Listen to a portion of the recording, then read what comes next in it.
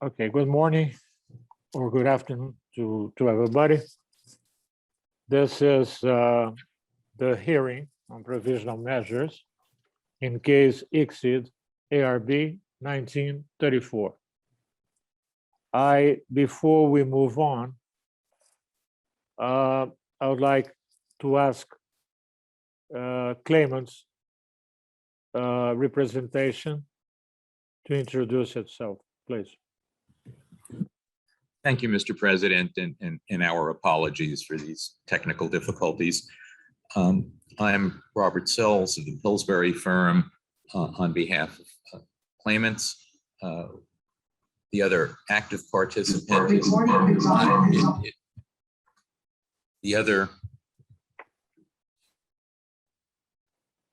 next time we're going to make sure to have a teenager in the room and this will all go well. With me is my colleague, Charles Conrad. He and I will be making the presentation today. Also with us in the remote hearing room are our colleagues, Richard Deutsch, Christina Friedman, Derek Soler, and Catalina Nina of our client. Participating remotely is Mr. Timothy Langan. Excuse me, I lost my voice for a moment. Mr. Timothy Langan, who is an attorney with Wood Group.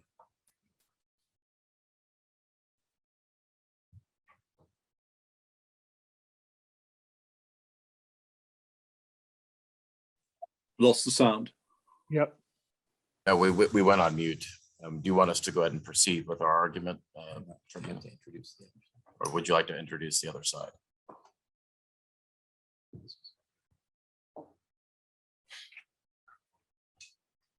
Sorry. Can you hear us, Mr.? Yes. Are you done? We are. We've introduced our entire team here. Okay, thank you. Now, respondents. Team could be introduced, please.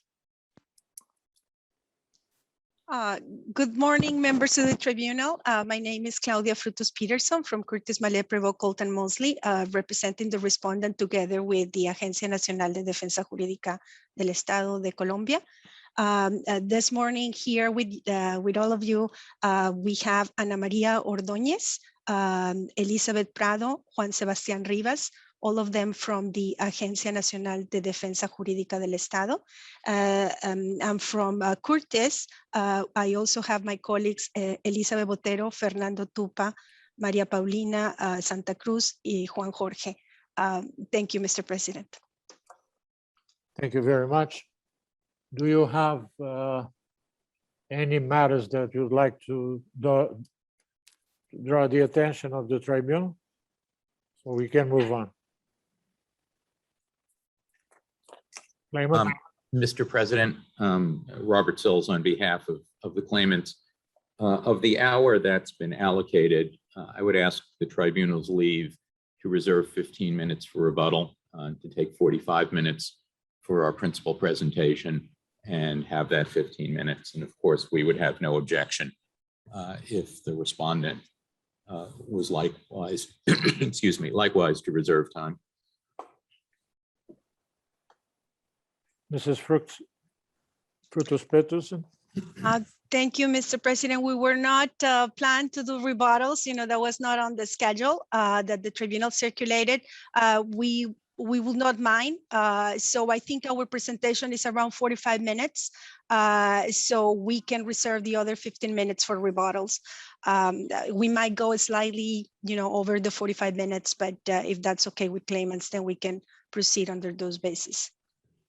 Okay, I assume that my colleagues are in agreement. John, Marcelo, okay. No objection. So we can move on and get started. Claimants oral presentation. We did receive your presentation this morning, an hour ago, and I hope respondent did too. Did Mr. you?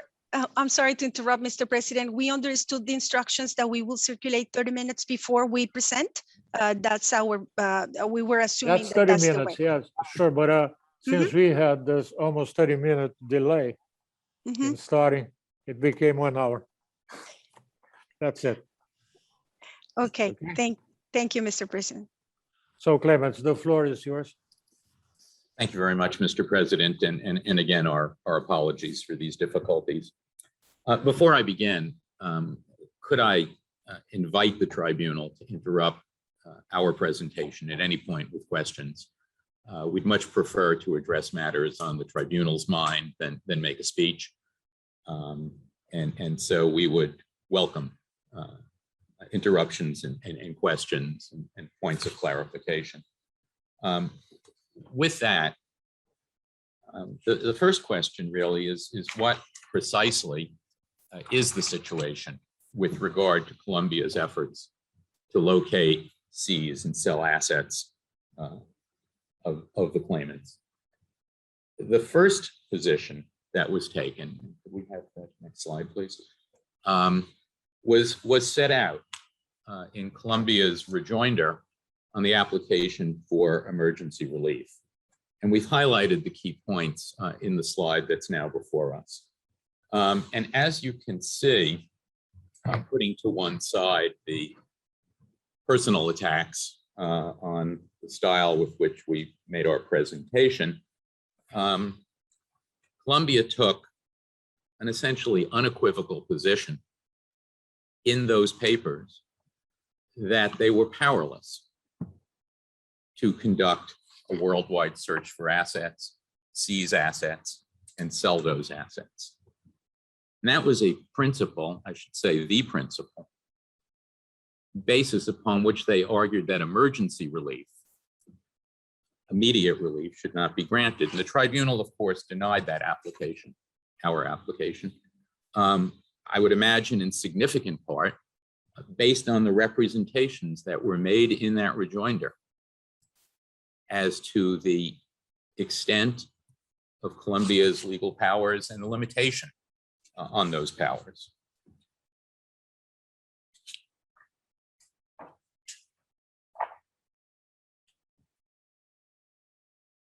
The next point where Colombia took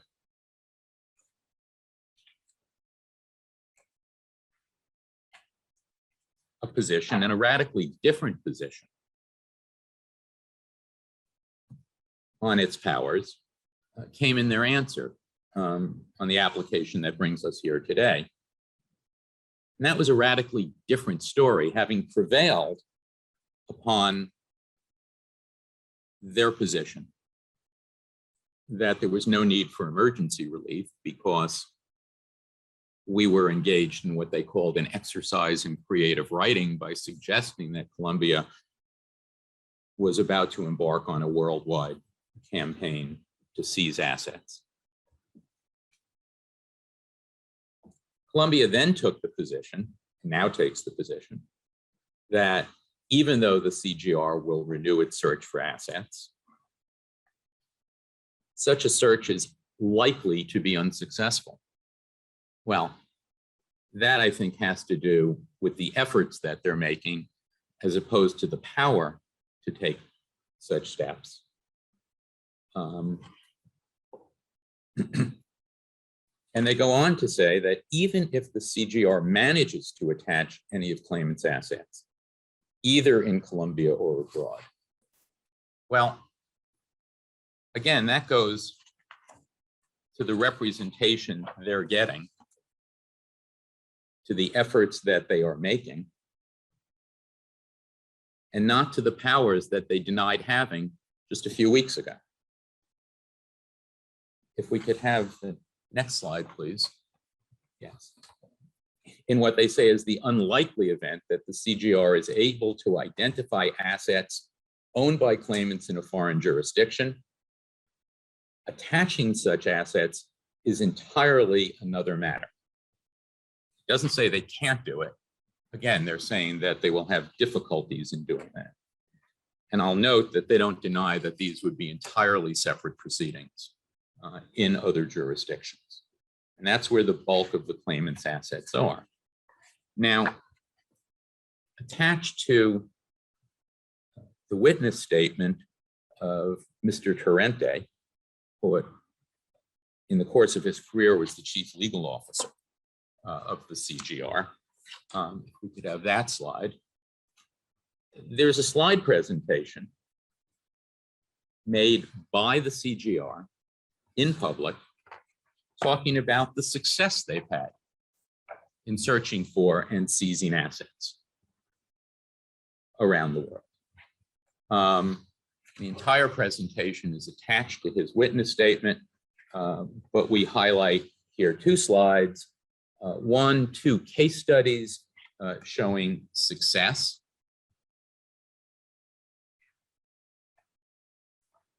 in searching for and reaching assets outside of Colombia. And then a chart on the next page summarizing their efforts and their success. We also attach, and part of our presentation circulated this morning,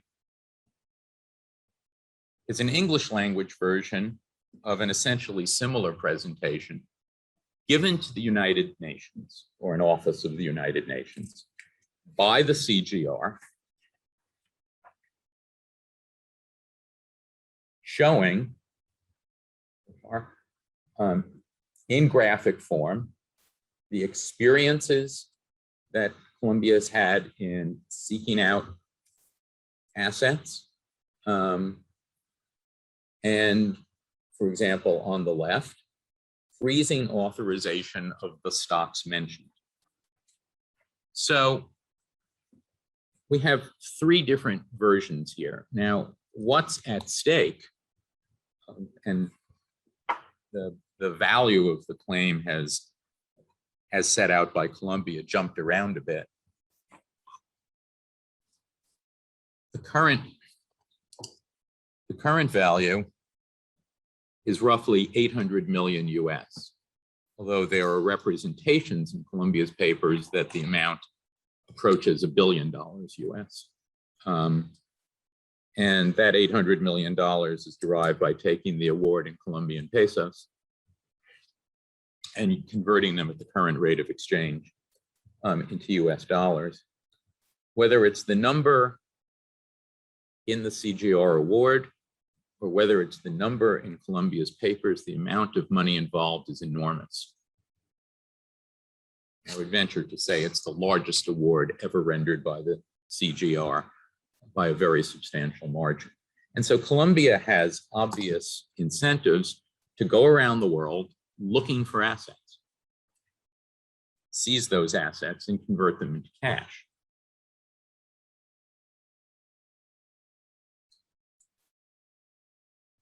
Now,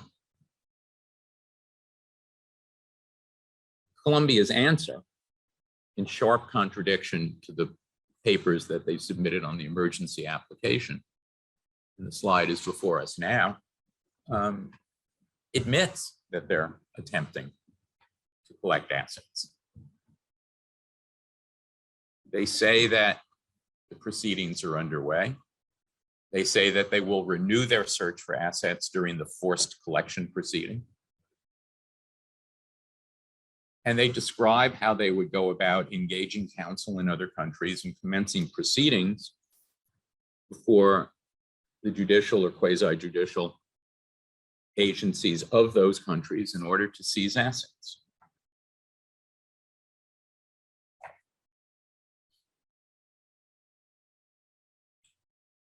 And so this chart summarizes Colombia's description of its own avenues for relief and the steps it is taking.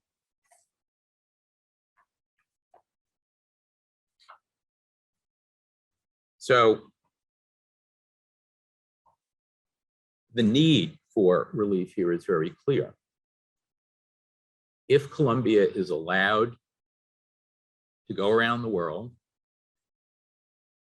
looking for, attaching, seizing and selling the assets of claimants. And what's more, it is, excuse me,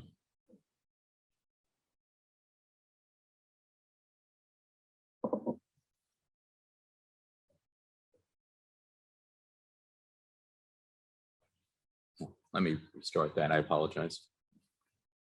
It has been a commonplace in investor-state disputes, at least since Electricity Company of Sofia, that a tribunal has power to enjoin enforcement of an underlying award.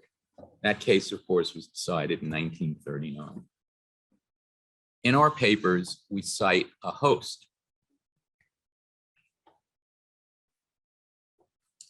of claims, some very celebrated, Chevron versus Ecuador, Merck versus Ecuador, granting precisely the relief we seek here.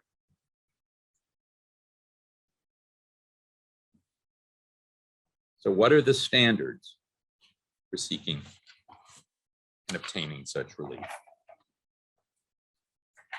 We have to make a prima facie showing of jurisdiction.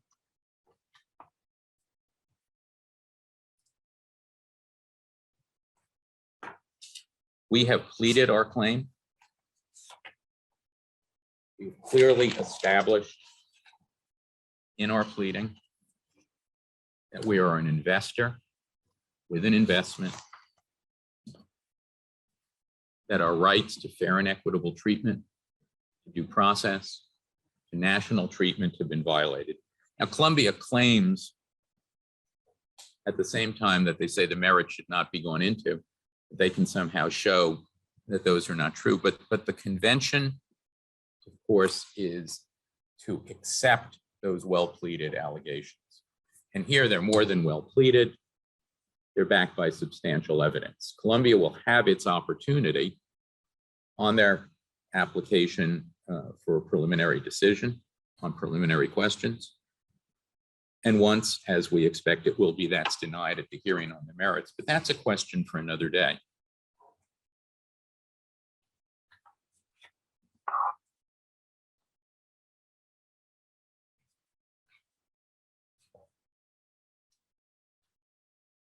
Have we shown a right to relief? We have. First, to protect the tribunal's jurisdiction, its exclusive jurisdiction, and our right to an exclusive remedy.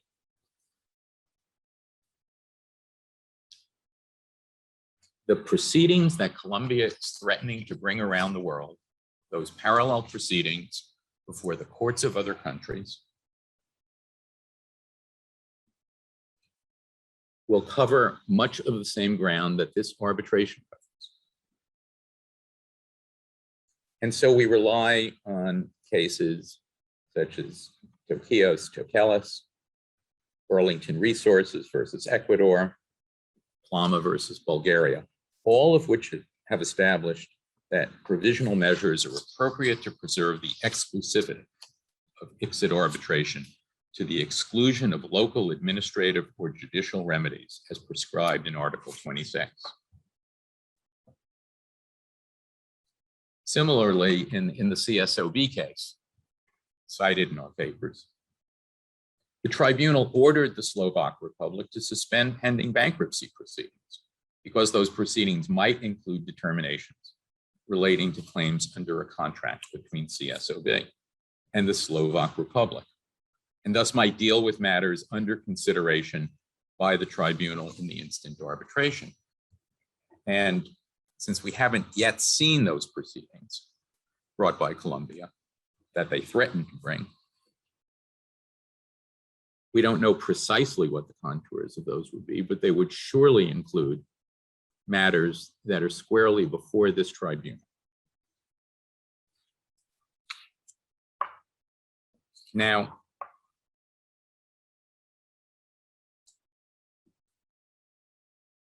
Colombia argues that Article 26 is irrelevant because the exclusivity of the remedy relates only to the investment disputes. That's just not true. And the cases I've just referred to and the other cases cited in our papers make it very clear that parallel proceedings raising essentially identical or overlapping claims are covered. Second, we're entitled to preserve the status quo. The status quo right now is that there is an award. No assets have yet been seized. As assets are identified and seized, the status quo will change. The Office of an Injunction Against Enforcement and an injunction against an anti-suit injunction against the bringing of parallel proceedings is precisely to preserve that status quo. And one would think that if we were to wait until Colombia had succeeded in its campaign of identifying and seizing assets, that we would then be told that the status quo required that that seizure be left in place. Closest parallel is the case they rely on so heavily, IVT, where the bonds had been drawn down. And hence we were told, and the tribunal there found, that it would disturb the status quo to restore them. So Colombia's analysis is that any claim here is either too early because they haven't yet succeeded, or presumably too late because they have.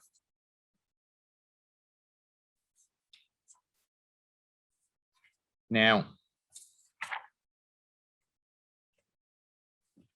we have to show urgency. We have shown urgency. Urgency in this context doesn't mean the house is on fire. That's the urgency required for an emergency application, which this tribunal and the tribunal denied relief there on grounds that there was no immediate threat. But urgency in this context is different. It simply means relief that cannot await the outcome of the award on the merits. So what would happen absent relief here if Colombia succeeds in the efforts they admit they're making? We've sought an offsetting award based on what I have to say are almost grotesque violations of due process by the CGR. Whatever they awarded against us should be the subject of an offsetting award, just as was the case in the Glencore matter, where, of course, annulment has recently been denied. But if Colombia succeeds in finding and seizing and selling assets,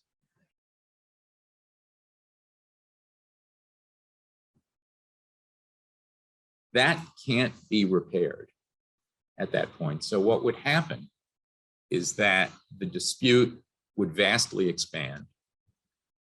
Classic example of the aggravation of the dispute between the parties. A merits award is years away, not only because of the pace at which ICSID proceedings typically move, but because of the interposition of preliminary objections down to and including a claim that a joint venture, which is a person, an entity capable of suing and being sued under the law that created it, somehow lacks the ability to bring a claim. But those will take time, and the entire proceeding, of course, is frozen while those preliminary objections are continued. Urgency is addressed, again, in cases we have cited and discussed. Burlington Resources, in the Bywater Broth case. The rights that we seek to preserve here may be effectively destroyed or seriously prejudiced if they're not preserved now pending a final decision.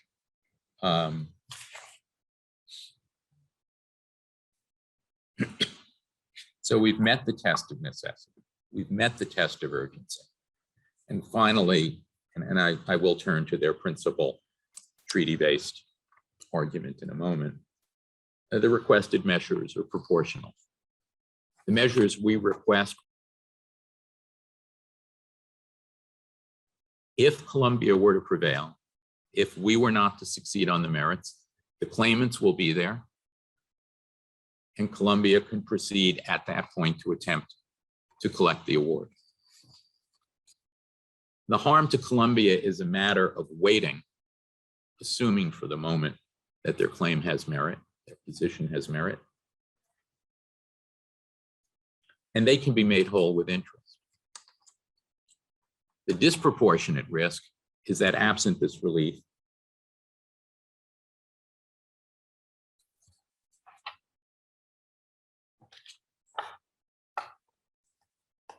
now the principal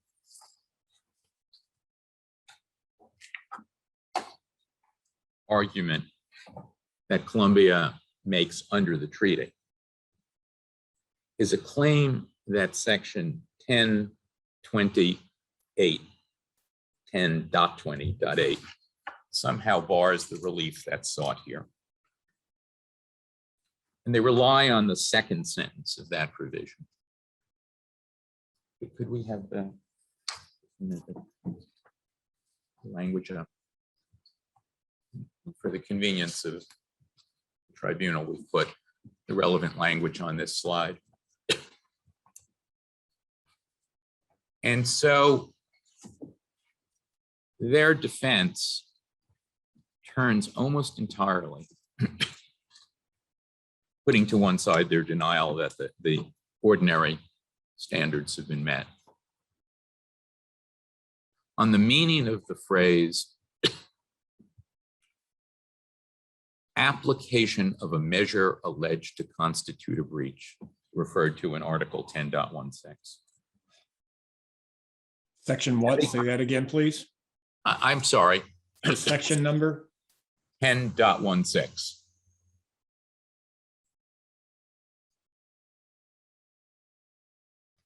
So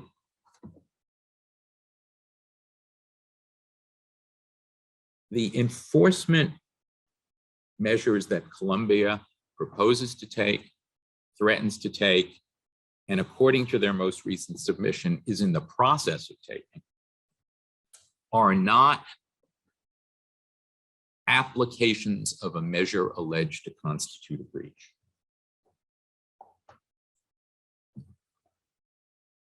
The breach, the measures alleged to constitute a breach here, and that do constitute a breach, are the procedures by which the CGR reached the conclusion that it did and stripped our client of its rights to due process, to fair and equitable treatment, to national treatment. So, for example, at the very outset of this proceeding, one of the measures we challenge is the assertion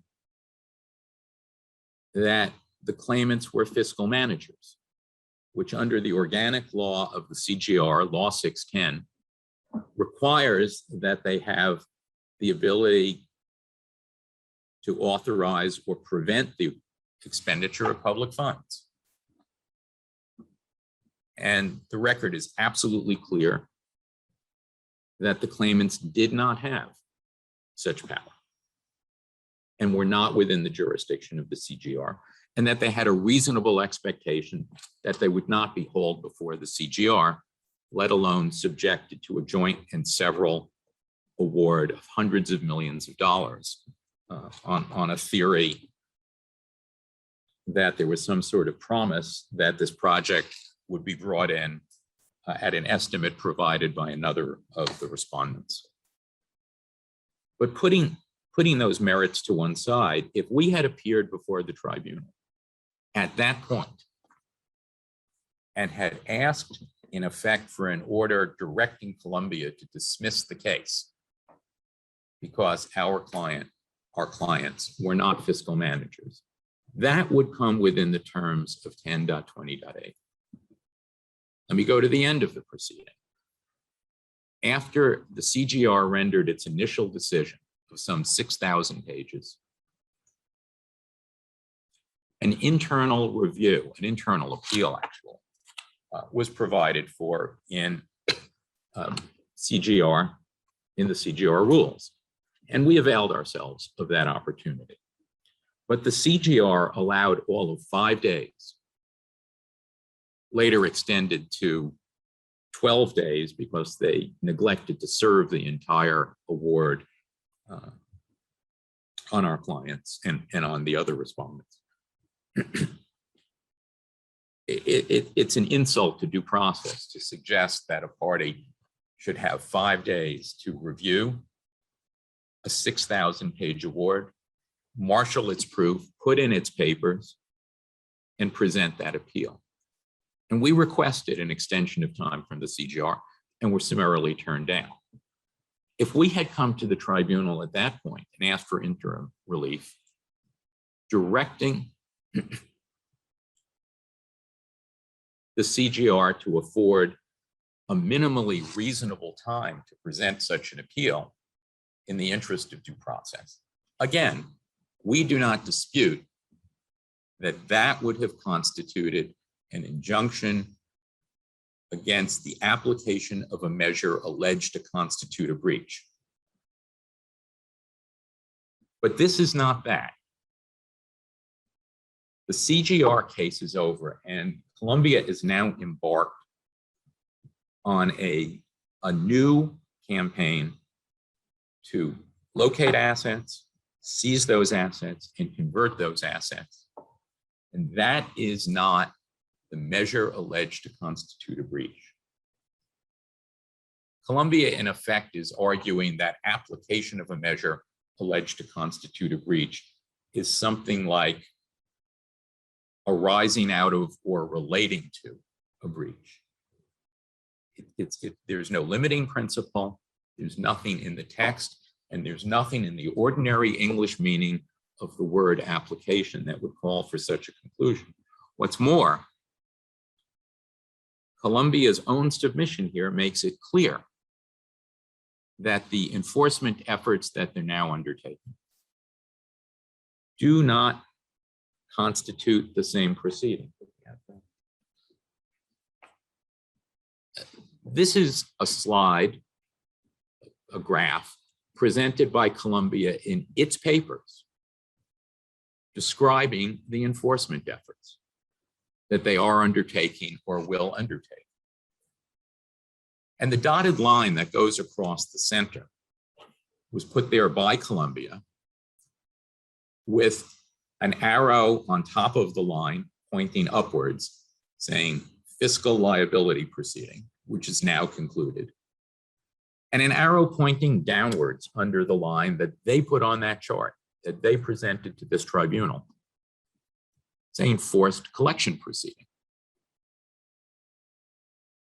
The two are separate and distinct, and this chart makes it absolutely clear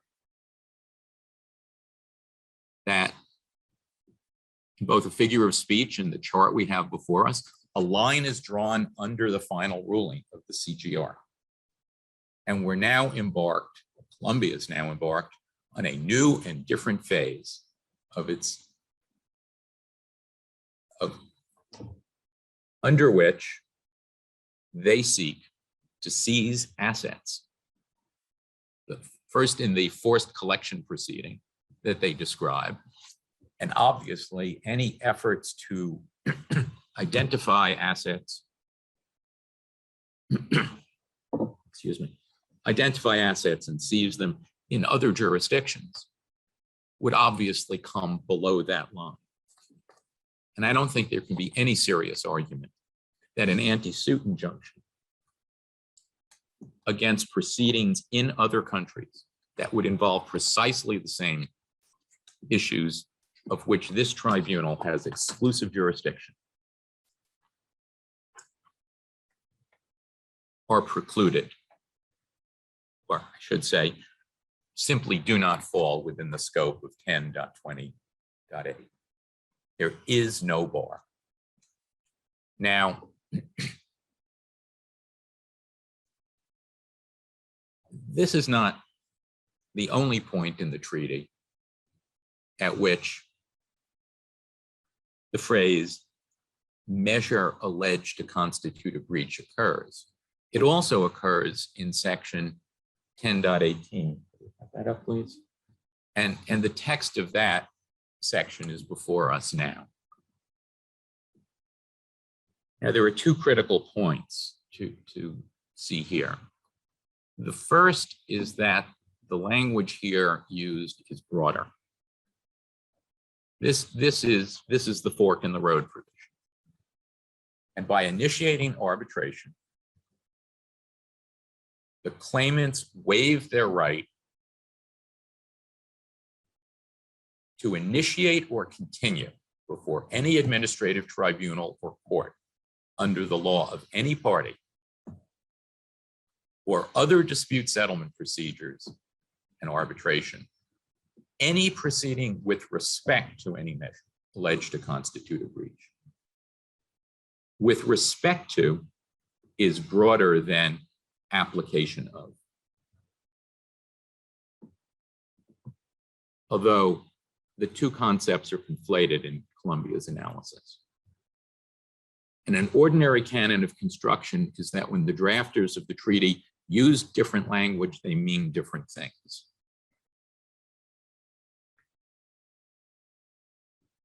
If the drafters of the treaty had sought to ban anything having any connection, however remote, with a challenged measure, they would have said so.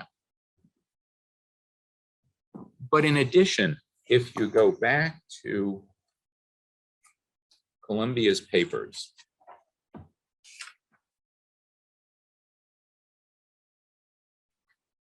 Colombia expressly says in its current submission that claimants have the right to seek a stay of enforcement before the contentious administrative tribunal in Colombia, a Colombian court. But if their construction of 10.20.8 were correct, that would be a proceeding with respect to any measure. By conceding that claimants have the right to bring a proceeding in Colombia before the Colombian courts to stay enforcement, they are agreeing that that is not a proceeding, in the words of section 10.18, with respect to any measure alleged to constitute a breach, because if it were, it would have come within the waiver and the fork in the road provision. And if it's not a proceeding, quote, with respect to any measure alleged to constitute a breach, then it cannot possibly come within the application of any measure alleged to constitute a breach, because that is by definition narrower. I mean, everyone who does this work understands that with respect to is as broad as possible. And the greater includes the lesser. So both the way in which Colombia has suggested that there's an alternative remedy in the Colombian courts and the wording of this section itself make it clear that the chart they provided is correct, that the line they drew is correctly drawn, that the arrows they put on to indicate what was done and what was to be done are correct. And that the enforcement campaign that they're waging does not come within the terms of Article 10.20.8. Now, there's a lot of talk in the papers that Colombia has submitted about how difficult it is to accomplish what they're trying to accomplish and the limited success they've had to date. Now, we know that over a year ago, Colombia approached authorities in the United States and the United Kingdom looking for assets. And we know from the papers they've submitted in opposition to this application that they're now doing or about to do that same thing, although they don't disclose which jurisdictions they're going to. But the fact that they haven't had much success or any success to date is hardly a reason to deny relief now. If anything, the fact that they say it's extremely difficult and that they may not succeed is an argument for granting relief, because it lessens the harm, and it, to the extent proportionality were even in question, something they say they're going to have great difficulty doing shouldn't really cause them much difficulty. But it doesn't really matter whether they're good at their work or not. The fact is that they're trying. The fact is they may well succeed. The fact is that there are extremely serious challenges to this award. From its very inception to its very conclusion, it's been riddled with due process violations. It turns upon the retroactive application of a statute broadening the definition of fiscal manager, enacted long after we raised claims. One might even think that the new statute was aimed specifically at the claimants here. This tribunal has exclusive jurisdiction of those claims. It ought to be allowed to do its work. It ought to continue. And it ought to continue free of Colombia's effort to avoid a decision on the merits by seizing assets.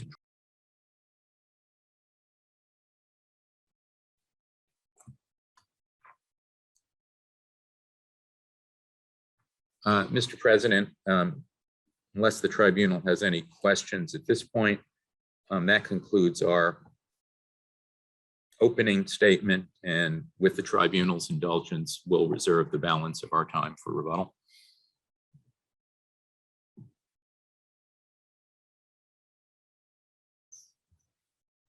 Thank you very much for your presentation.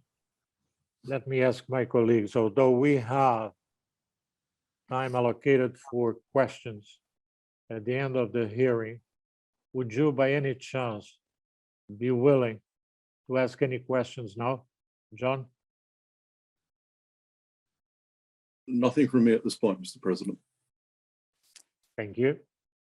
Marcelo? The same on my side. No questions Okay. for the time being. Okay. So according to our schedule, we have now a break of 30 minutes. My question is, do we need that break that long, or could we cut by one half? So That's that fine we with can- us.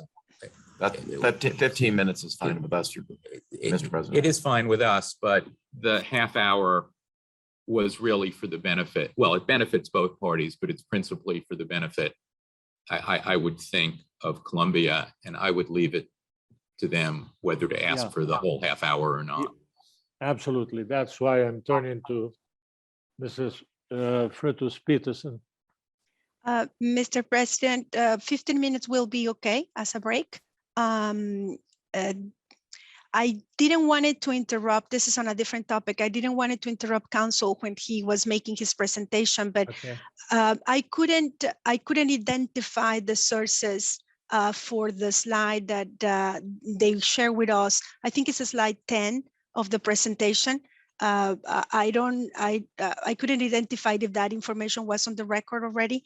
And I just wanted to ask counsel if they can provide the authority, the exhibit number. It is not yet, well, it is in the record now. It was not in the record before. It's, as you can see, it's almost entirely an English language summary of the Spanish language document, which is in the record and which is attached to Mr. Torrente's witness statement. But I don't think there's any. No, that's fine. I was just trying to identify No, the exhibit there's- number. It does not have an existing exhibit number, and I think for good order's sake, we should assign it one. But as I say, it's substantially similar, although not identical, to the Spanish language presentation that already has an exhibit number. But I Can think you- offline. Sure, we're happy to provide We're- a link. We found it online, Claudia, and so we're happy to share it with you here shortly, like in the break. We're happy to do that. Yeah, I mean, Mr. President, I was just curious because evidently that is not on the record already. And, this is the first time that we see it. So, we feel like we should object to that because it has not been, discussed on the papers. So I will be under your instructions, but we feel uncomfortable to have something that, has not been part of the record. We Yeah, can, I'm sorry. Go ahead. No, go ahead. We can address that later, but we have not had an opportunity to address on papers Colombia's presentation. Colombia's made 2 presentations in opposition to our single application for emergency relief first, and then for interim measures. And I don't know of any rule that says we can't bring additional materials in what's effectively a rebuttal. But if Colombia is going to move to strike that exhibit, then I suppose we'll deal with that, on papers at an appropriate time. I'm not quite sure why, because it doesn't say anything that's different from the Spanish language document that we already did present. But we can deal with that if and when Colombia decides to move to strike. Mr. President, I think just to move on, if that's appropriate for the tribunal, I just feel like at this point I haven't reviewed that, so Colombia could reserve the right, to come back on this. Sure. If that's okay with you. I don't want to be, causing too much trouble, but I do feel that we have, we need to review that information because it's not part of the record. Okay. So thank you. We'll take the 15-minute break. We'll be back at 10:28 in the US. 11:28 for me. What is Okay, Mr. President, yes, we have everyone back in the hearing room. Ms. Frutos Peterson, before we move on with the respondent's presentation, I would like to let you know that during the break, the tribunal reviewed this matter raised by you with respect to the document that was part of claimant's presentation. What we decide to do is not to put any pressure at this point in time, is to leave this point open and give you respondent until 11 November to comment on the document and come back to us and let us know if the translation is accurate and if there is something else which was not in the case already. So are you okay with that? Is the November term date, due date, okay for you? That's a very good solution, Mr. President. Thank you very much. So we take note of that and we will proceed accordingly. Yeah, well, we will, for the time being, the matter will remain open so that you have time to take a look and come back to us, okay? And to the counterparty for sure. Yes, will do, sir. Thank you. Okay. Who will make the presentation? Thank you, Mr. President. We will divide our presentation, in 3 parts. Ms. Ordóñez will start, following by me, and then Elisa Botero at the end. Okay, Anna, you want to start? Thank you, Claudia. Dear Mr. President and members of the Tribunal, good morning. We are here today to hear claimants' request for the recommendation of provisional measures against the Republic of Colombia. As we have done consistently in all investment cases against the state, we appear before this investor state arbitration tribunal under the full conviction that the decision rendered must properly consult and apply the terms of the relevant treaty. Colombia does not contest the general power of ICSID tribunals to order interim measures of protection. Nevertheless, Article 47 of the ICSID Convention clearly provides that this general power can be limited through agreement of the parties. And this is precisely what happens in the case at hand. Claimants initiated this arbitration by consenting to all the conditions established in Chapter 11 of the treaty, which includes the provision in the second sentence of Article 1028.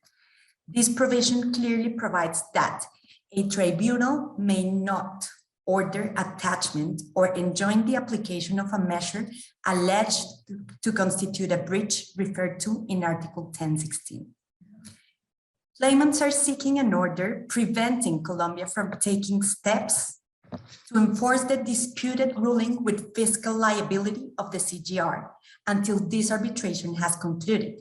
That is, they are seeking a provisional measure to prevent the enforcement of the measure allegedly constituting a breach of the treaty. As we have already established in the various rounds of written submissions preceding this hearing, this is a fatal defect in claimants' request for provisional measures. The request for provisional measures was made after Colombia invoked Article 1024 of the treaty to ask the tribunal to hear and consider as a preliminary matter the objection that, as a matter of law, the claim submitted by claimants is not a claim in respect of which the tribunal may issue an award in favor of the claimants pursuant to Article 1026 of the treaty. Back on August 24, 2020, we argued that the tribunal could not decide over this dispute, among other reasons, because claimants had not suffered any loss or damage by reason of or arising out of a breach of a substantive obligation of the treaty or an investment agreement. In other words, we argue that claimants did not comply with the requirements established in Article 1016(1) of the treaty for submitting a claim to arbitration. Respondent developed this objection in its memorial on preliminary objection.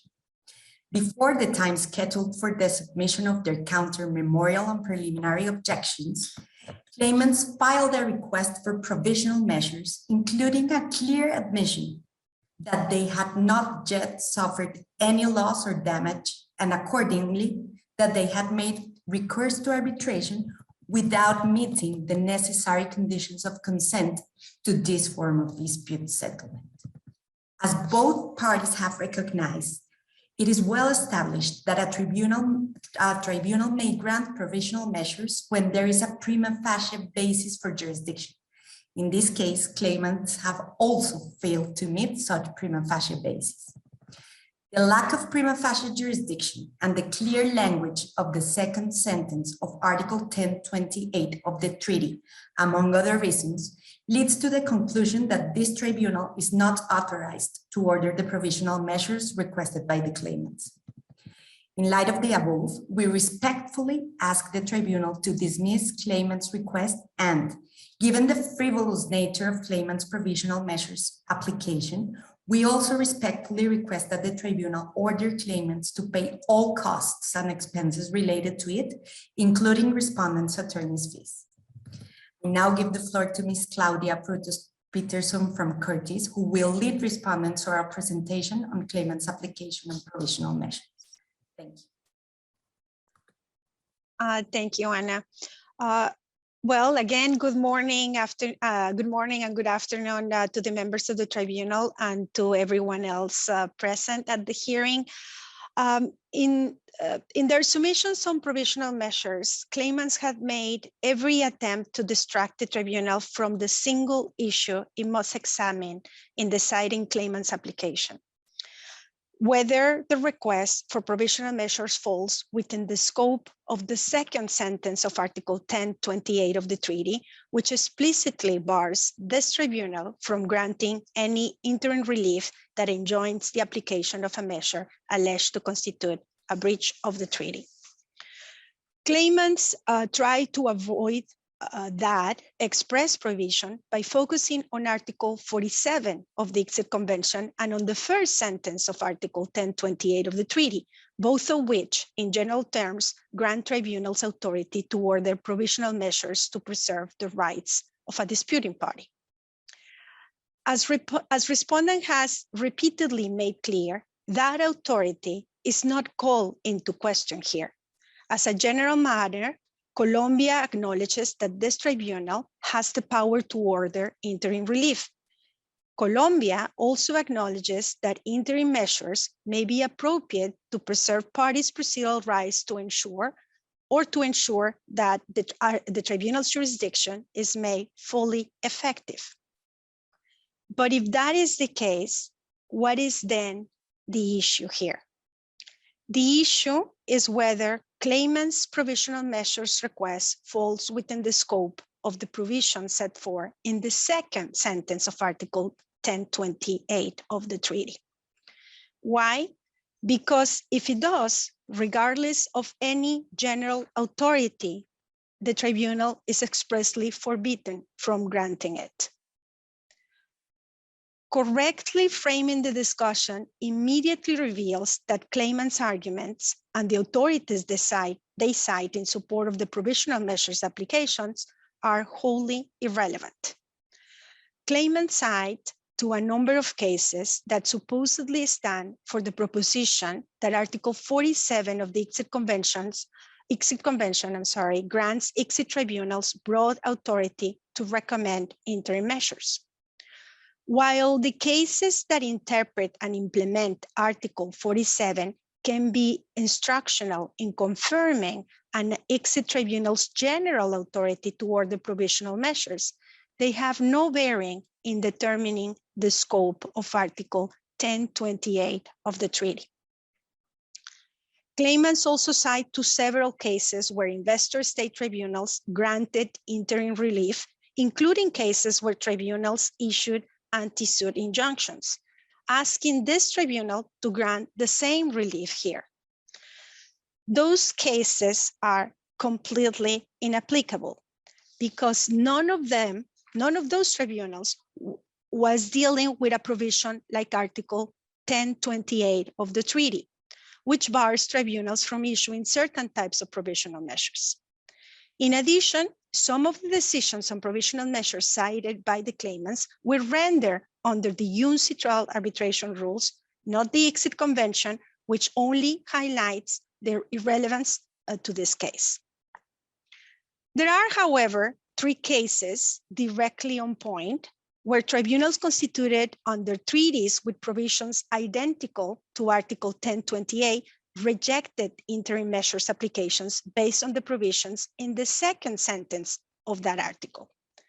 Those cases are IBT versus Panama, Feldman versus Mexico, and Pope and Talbot versus Canada.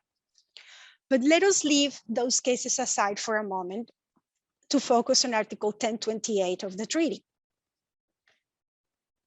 Article 1028 reads as follows, and I quote, "A tribunal may order an interim measure of protection to preserve the rights of a disputing party or to ensure that the tribunal's jurisdiction is made fully effective, including an order to preserve evidence in the possession or control of a disputing party or to protect the tribunal's jurisdictions." End quote. But then comes a second sentence, which states, and I quote, "A tribunal may not order attachment or enjoin the application of a measure alleged to constitute a breach referred to in Article 1016, end quote. The first sentence allows tribunals to order interim measures of protections aimed at preserving procedural rights and ensuring that the tribunal's jurisdiction is effective. However, the second sentence bans the tribunal from ordering a particular type of interim measures, that is, those aimed at enjoining the application of the measures supposedly in breach of the treaty. The United States and Colombia had a clear intention behind the express provision in the second sentence of Article 1028 of the treaty to prevent arbitral tribunals from directly interfering with or invalidating their sovereign acts. That is the same rationale behind Article 1026 of the treaty, which limits the types of reliefs a tribunal may award to monetary damages and restitution of property exclusively. Indeed, according to Kenneth Vandenvelde, who led treaty negotiations for the United States and wrote on the most prominent books on the matter, Article 1026, and I quote, responds to concerns raised by critics that investor-state arbitral tribunals will have the power to invalidate US law or overrule decisions of US courts, end quote.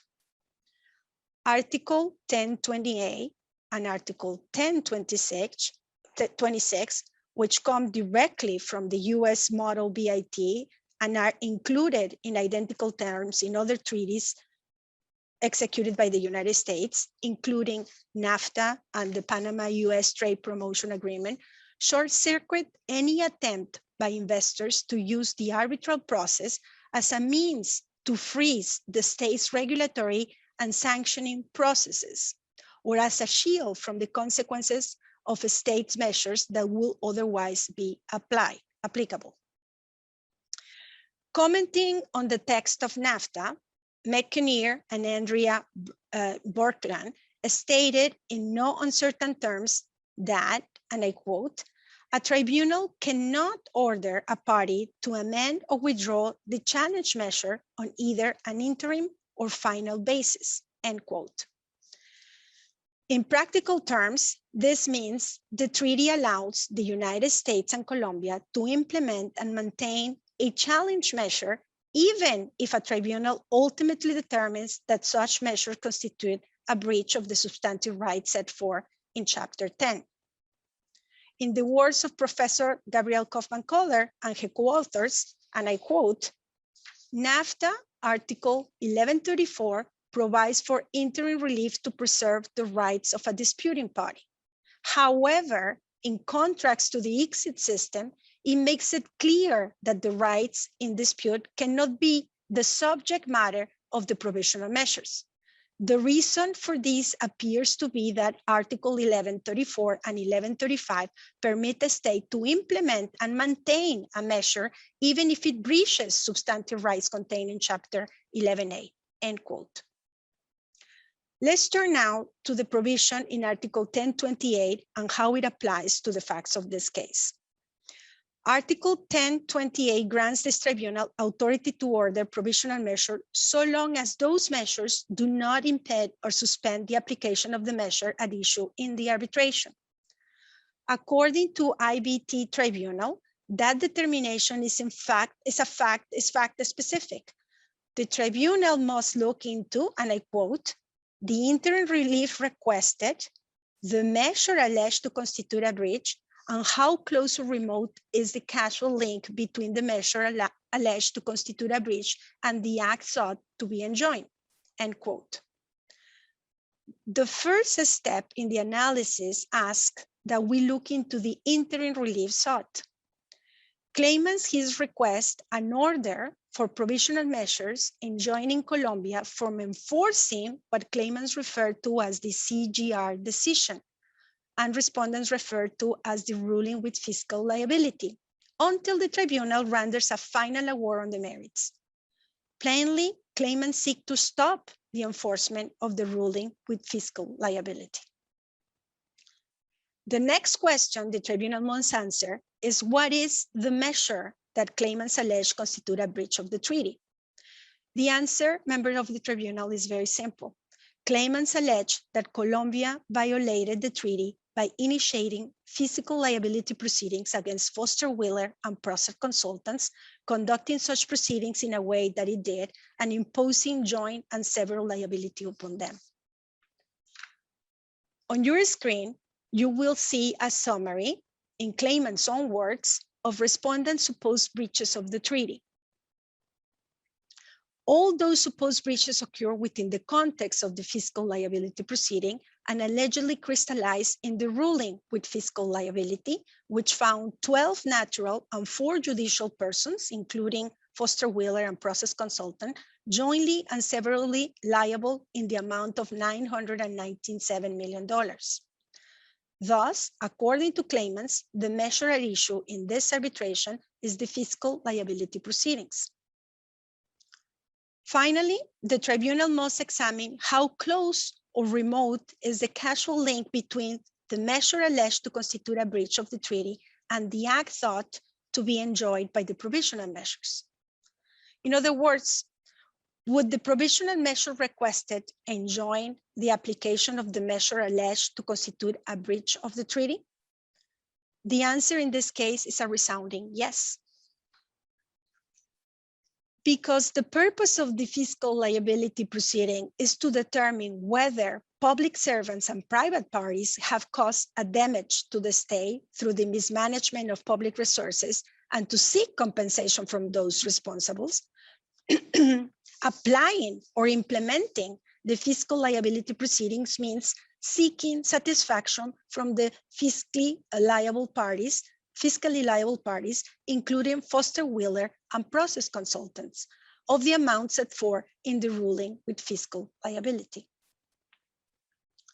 This analysis, members of the tribunal, leads to one unavoidable conclusion, that claimant's provisional measures request must be rejected because it falls squarely within the scope of the provision set forth in the second sentence of Article 1028.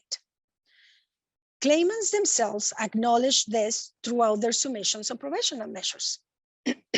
On your screens, you are seeing a quote from claimant's letter of September 15th, where claimants admit they are seeking an order preventing Colombia from enforcing the CGR decision while the arbitration challenging the CGR decision is heard.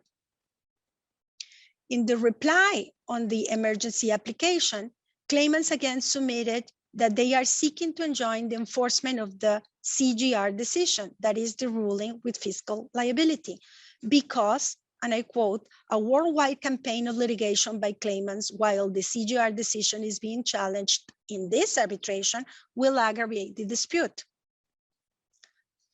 But even beyond claimants' explicit submissions, their submissions are riddled with references that confirm that the ruling with fiscal liability is inexorably linked to the fiscal liability proceedings they allege violated the rights under the treaty. And that is stopping the enforcement of the ruling with fiscal liability will enjoin the application of the fiscal liability proceedings in violation of Article 1028 of the treaty. On your screen, we are going to show you some selected quotes from claimant submissions that confirm that the only thing claimants are seeking here is to prevent the application of the measure claimants allege constitute a breach of the treaty. I will give you a moment to read for yourself.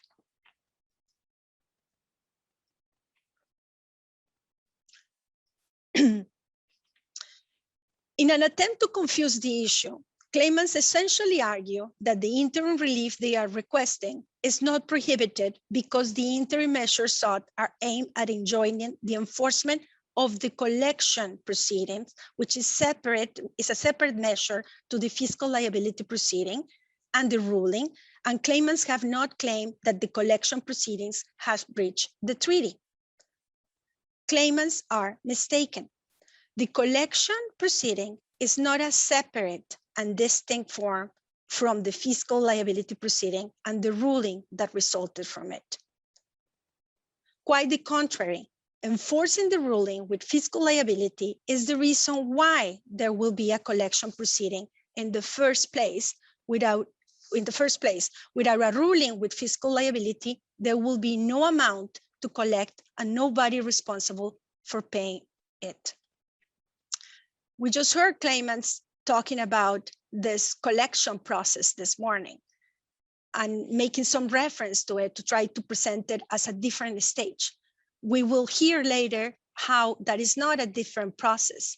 Everything is part of the same process about the execution of the decision or the ruling, as we call it.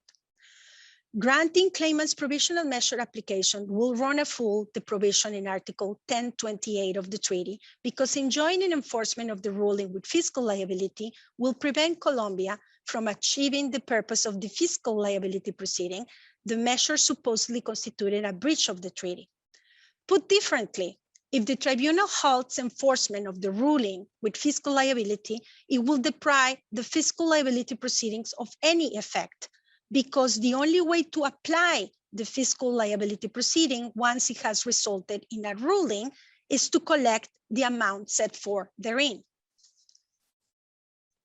The three cases on which respondent relies all rejected provisional measures requests which sought to enjoin the application of the measure at issue in the arbitration on the basis of provisions identical to Article 1028 of the treaty. Claimants tried but failed to distinguish these cases on the facts, arguing, among other things, that they didn't deal with anti-suit relief and that the claimants in those cases sought to change rather than maintain the status quo. Claimants are grasping at straws. In Pope and Talbot, the claimant argued that Canada had violated its obligations under NAFTA by entering into an agreement with the United States, setting a new discretionary yearly quota for lumber exports.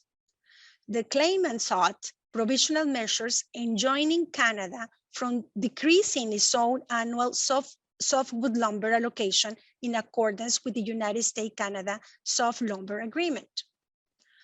The Pope and Talbot Tribunal rejected claimants' provisional measure requests, finding that Article 1134 of NAFTA, which is identical to Article 1028 of the treaty, did not confer jurisdiction on the tribunal to enjoin the application of a measure. In Feldman, the claimant complained that certain tax measures enacted by Mexico that impacted the revenues of its subsidiary cigarette export business breached its substantive rights under NAFTA. The claimant requested interim measures ordering Mexico to cease and desist from any interference with its assets and revenues or the assets and revenues of its Mexican subsidiary. The Feldman Tribunal denied the claimant's provisional measure request, as that would be inconsistent with the limits imposed by NAFTA in Article 1134, since such an order enjoining any impact that the tax measures had on the revenue of the business would entail an injunction on the application of the measure alleged to be a breach of the treaty. More recently, in IBT, the claimants argued that Panama had breached the US-Panama TPA when the Ministry of Government issued an administrative resolution terminating a construction contract executed by claimants due to contract breaches and disqualifying claimants from entering into contracts with Panama for a period of 3 years. Following the issuance of the administrative resolution, Panama took steps to execute the performance bond and back the construction contract. In the arbitration, the claimants requested an order from the tribunal enjoining such execution as well as the 3-year disqualification. The IBT tribunal rejected the claimant's provisional measure request because the execution of the performance bond and the disqualification were both effects of the resolution terminating the contract, and therefore suspending the former would mean necessarily paralyzing the application of the latter in violation of the explicit provision of the treaty. Similarly, this tribunal is bound by the language of the treaty and must reject claimants' application for provisional measures because halting the enforcement of the ruling with fiscal liability will enjoin the application of the fiscal liability proceeding and prevent it from producing effects. There is one more thing the tribunal should consider in determining whether it is bound by the provision in Article 1028 of the treaty. If the tribunal were to enjoin the enforcement of the ruling with fiscal liability, it will tacitly recognize that the ruling with fiscal liability is not the measure at issue in this arbitration. And thus, claimants will be preventing from alleging it in the arbitration that the ruling with fiscal liability constitute a violation of the treaty and claim damages associated with the supposed breach. Even if the tribunal were to conclude that the limitations in Article 1028 of the treaty does not preclude it from granting claimants provisional measure requests, such a request still fails because claimants have not satisfied the burden of proving that there is an absolute need of urgency to prevent an irreparable harm warranting the imposition of such measure. Under Article 47 of the ICSID Convention, provisional measures are an extraordinary remedy reserved for limited cases of absolute necessity and urgency.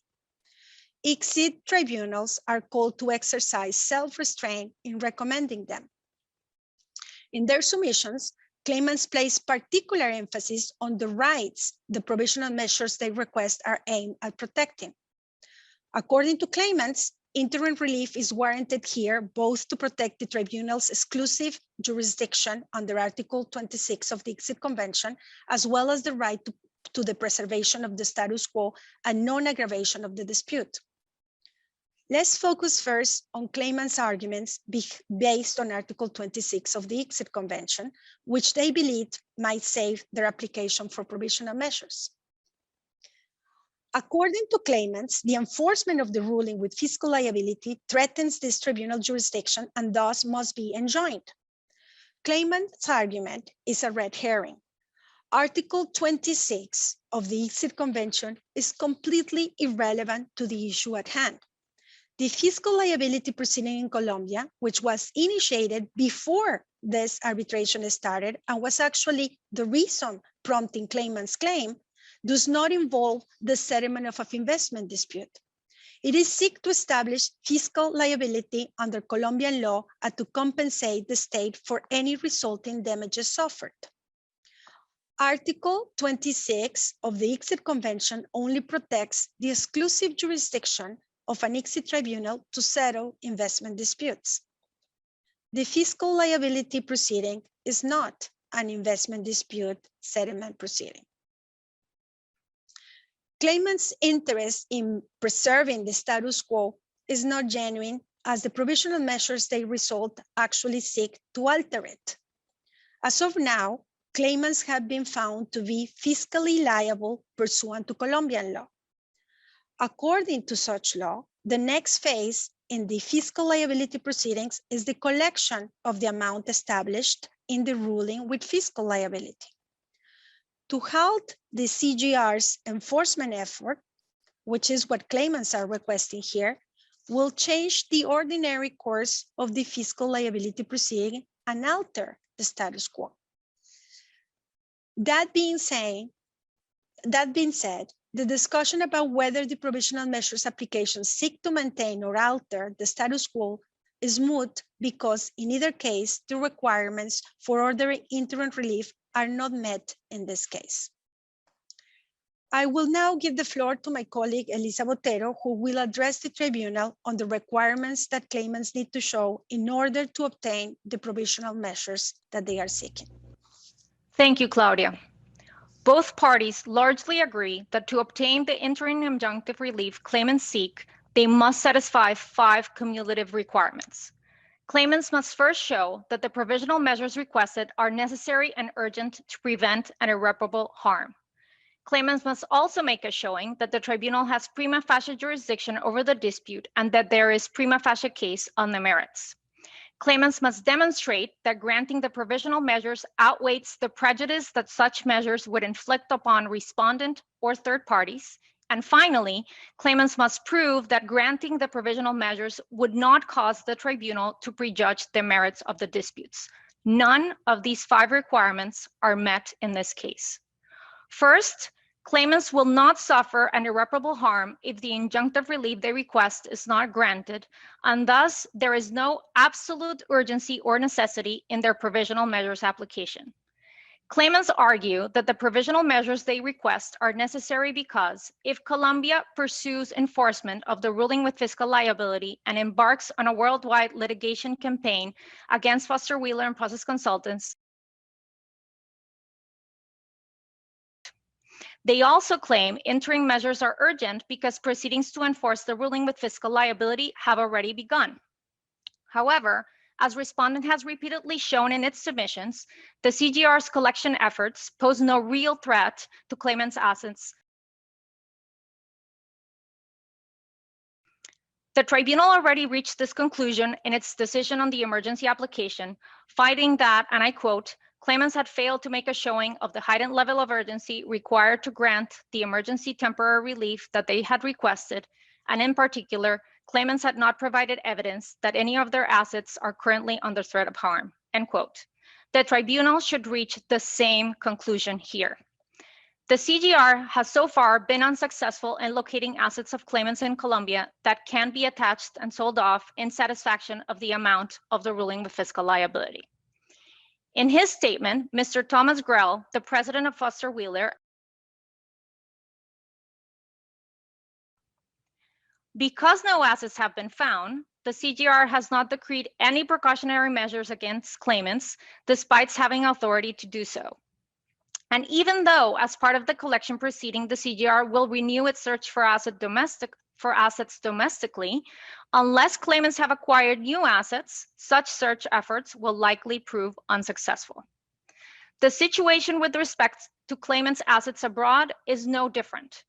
In the 4 years since the fiscal liability proceeding was initiated, the CGR has failed to identify any assets of claimants outside of Colombia that could eventually be seized and sold to satisfy the amount of the ruling with fiscal liability. During the collection proceeding, the CGR will continue searching for assets. However, experience thus far in the past 4 years shows that those efforts will continue to be unsuccessful. And even if the CGR was able to locate any assets, attaching those assets is another matter entirely, as the CGR relies on cooperation mechanisms that are ill-suited for such purpose in most cases. There is currently no attachment proceeding abroad, either upcoming or ongoing. As such, none of claimants' assets are in any threat of harm, not a single asset. The worldwide campaign of litigation that claimants believe threatens them is an absolute fantasy. The CGR must carry out any collection efforts of the ruling with fiscal liability in accordance with the provisions set forth in the relevant Colombian laws and regulations, and simply does not have authority to embark on a worldwide litigation campaign against claimants. Even if the CGR manages to attach any of claimants' assets, either in Colombia or abroad, during the forced collection proceeding, it may only auction those assets after the courts of the administrative adjudicatory jurisdiction rule on any annulment actions initiated by claimants against the ruling with fiscal liability. Claimant's witness statement, claimant's witness, Mr. Cesar Torrente. Okay, could you slow down just a little bit, please? Thank you. Yes. Thank you. Claimant's witness, Mr. Cesar Torrente, acknowledged as much in his first witness statement, declaring that, and I quote, the CGR will have to wait for a final judicial decision in order to sell and or liquidate FPJVC's assets, end quote. According to claimant's own witness, a judicial decision would take between 5 to 12 years, which means that the eventual sale of any assets is by no means imminent. If all that weren't enough, the collection efforts are in their early stages. And even though the ruling with fiscal liability has become final at the administrative level, claimants have recourse under Colombian law to challenge it and to seek a stay of enforcement. On your screen, we have included a flowchart in which you can see all the different steps, both at the administrative and judicial levels, following a final ruling with fiscal liability. The purple star marks where we are right now. The CGR recently issued voluntary collection notices.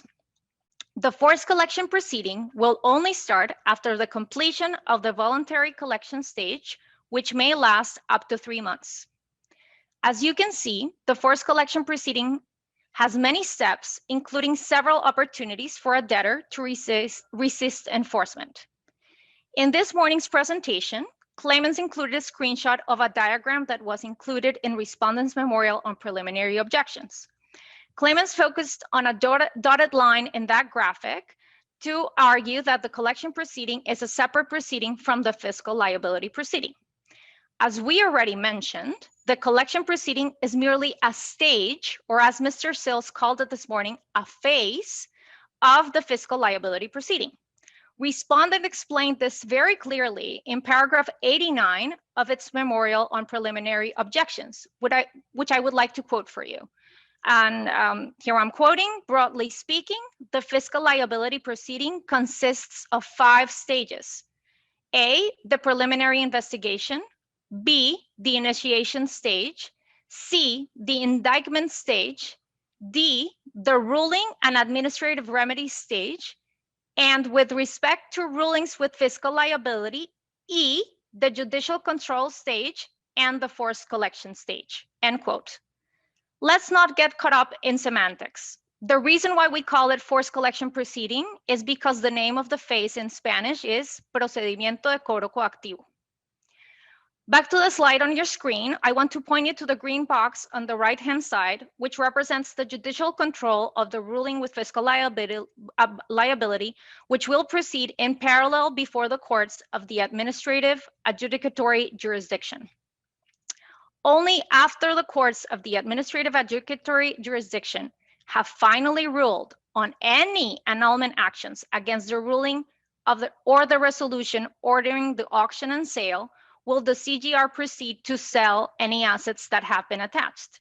As we've said, final judicial decisions may take 5 years or more. During the annulment action, claimants may request a stay of the forced collection proceeding as a precautionary measure. Contrary to claimants' allegations, such stay would not require Foster Wheeler or process consultants to offer a bond. The alleged harm claimants seek to prevent with their provisional measures application is by no means imminent or real, making the provisional measures neither urgent nor necessary. The tribunal cannot grant the extraordinary relief that is provisional measures based on mere conjectures of hypothetical harm. As the tribunal in Occidental indicated, and I quote, provisional measures are not meant to protect against any potential or hypothetical harm susceptible to result from uncertain actions. Rather, they are meant to protect the requesting party from imminent harm, end quote. Claimants have also failed to meet their burden of proof of showing that there is a prima facie basis for the tribunal's jurisdiction. To satisfy this requirement and establish the tribunal's prima facie jurisdiction, claimants must do more than simply bring proceedings against Colombia. As respondent explained in detail in its memorial on preliminary objections, the tribunal does not have jurisdiction over this case. First, claimants did not comply with the requirements established in Article 1016(1) of the treaty for submitting a claim to arbitration thereunder. There is no breach of a substantive obligation of the treaty and an investment agreement, and claimants have not incurred any loss or damage by reason of or arising out of that breach. In fact, the provisional measures application highlights the absence of an actual loss or damage arising out of the fiscal liability proceeding, as the interim relief claimant seeks is aimed at preventing the supposed loss or damage that could stem from the enforcement of the ruling with fiscal liability. Second, claimants do not have a qualifying investment under the treaty and the ICSID convention because the services contract as an ordinary commercial contract does not qualify as an investment under Article 25 of the ICSID convention. Third, claimant FPJVC does not qualify as a national of another contracting state under the ICSID convention because FPJVC is not a juridical person. Fourth, claimants Foster Wheeler and process consultants did not send a notice of intent to submit the present dispute to arbitration in violation of Article 1016(2) of the treaty.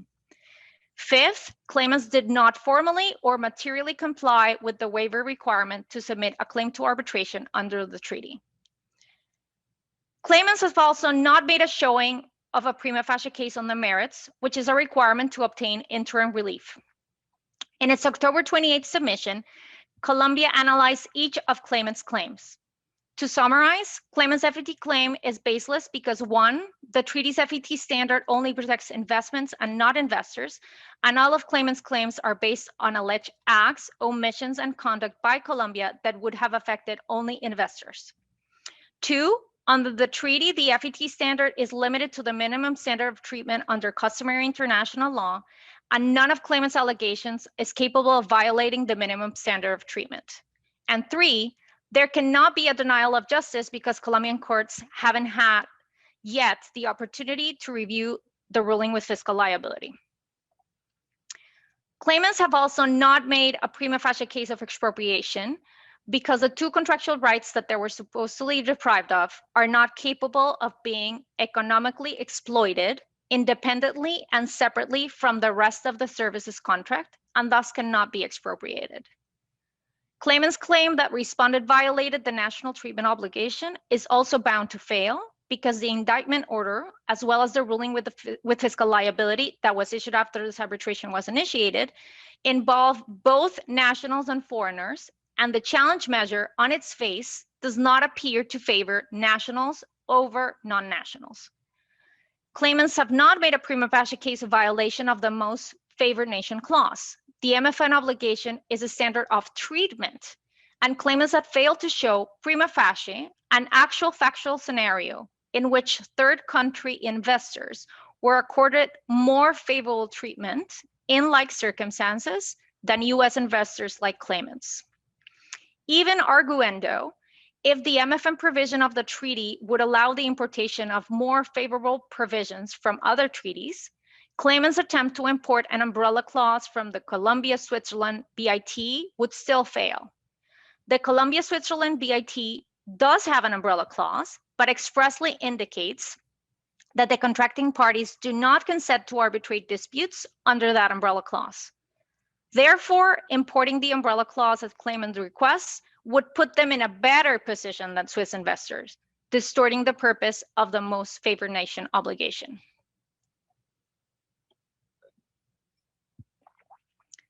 Finally, there could not have been a breach of an investment agreement, as claimants also confusingly argue, since the treaty does not grant the tribunal jurisdiction to hear alleged contractual breaches, and in any case, no investment agreement prima facie exists. In addition, respondent does want to stress the fact that claimants have not established that they have a right to the relief they seek. Claimants ask that the tribunal award them moral damages, injunctive relief, and an offsetting award. But as respondent explained in depth in its memorial on preliminary objections, under Article 1026 of the treaty, this tribunal may only order that Colombia compensate monetary damages. Claimants have also not satisfied the 4th requirement for obtaining interim relief. Not only would the provisional measures requested prejudice respondent by impinging on its sovereign right and its obligation to enforce its own laws, but it would also affect third parties, namely the other 14 fiscally liable parties under the ruling with fiscal liability, which, as we've explained, are jointly and severally liable alongside Foster Wheeler and process consultants. Issuing the provisional measures requested by claimants would mean that the enforcement of the ruling with fiscal liability would be limited to the remaining fiscally liable parties, excluding claimants, affecting those third parties. Lastly, granting the provisional measures application would cause the tribunal to prejudge the merits. The interim relief they seek is exactly the same as the relief they requested in their notice of arbitration, an injunction preventing the CGR from enforcing the ruling with fiscal liability. With their provisional measures application, claimants are plainly seeking to obtain the ultimate relief they are pursuing without having to prove their case on the merits. Granting the provisional measures requested would award claimants the ultimate relief they seek in the arbitration, effectively prejudging the merits of this case. Actually, Colombia wonders if having the tribunal prejudge the merits of the dispute is not what claimants wanted all along. Their provisional measures application of September 2 is a poorly disguised memorial on the merits, witness statements and all. Claimants devoted half of their initial submission to discussing in detail the alleged breaches of the treaty by respondent. Claimants even attached the expert testimony of Mr. Colin Johnson, who acted as their independent expert witness in the fiscal liability proceeding, and uses his testimony here to criticize the damage calculation methodology employed by the CGR. The tribunal cannot allow such a blatant attempt to circumvent its decision to bifurcate the proceedings and rule on respondents' preliminary objections as a preliminary question. In conclusion, claimants' provisional measures request must fail because Article 1028 of the treaty prohibits the tribunal from granting interim relief in joining the application of a measure alleged to be in breach of the treaty. But even in the unlikely event that the tribunal were to somehow conclude that the prohibition in Article 1028 does not apply in this case, claimants' provisional measures application must be rejected because claimants have failed to prove each one of the 5 cumulative requirements for granting provisional measures. Provisional measures under the ICSID Convention are reserved for situations where there is an absolute necessity and urgency to prevent irreparable harm. There is nothing in this case to warrant such an extraordinary remedy. One final thought on costs. Claimants have made a completely frivolous application patently outside the scope of the tribunal's authority under Article 1028 of the treaty.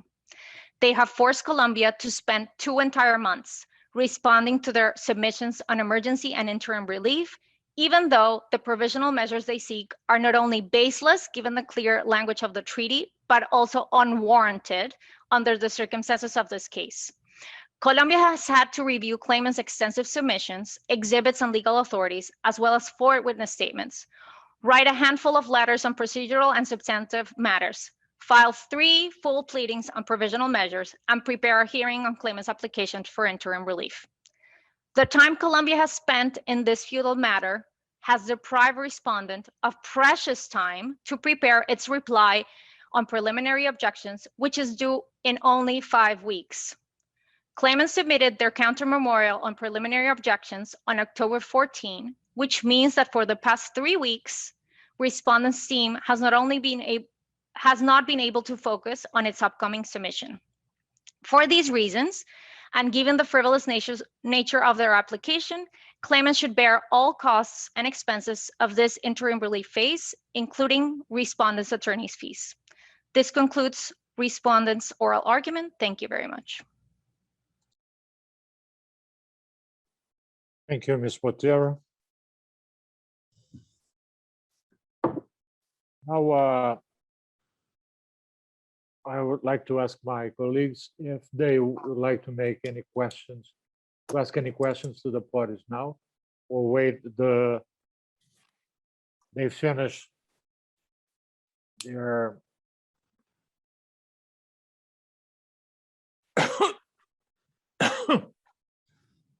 sorry, excuse me, if we wait until they finish the rebuttal. John? No questions, Mr. President. Thank you, Marcelo. John? Not from me either, Mr. President. Okay, don't have either. So we have a 15-minute rebuttal by claimants.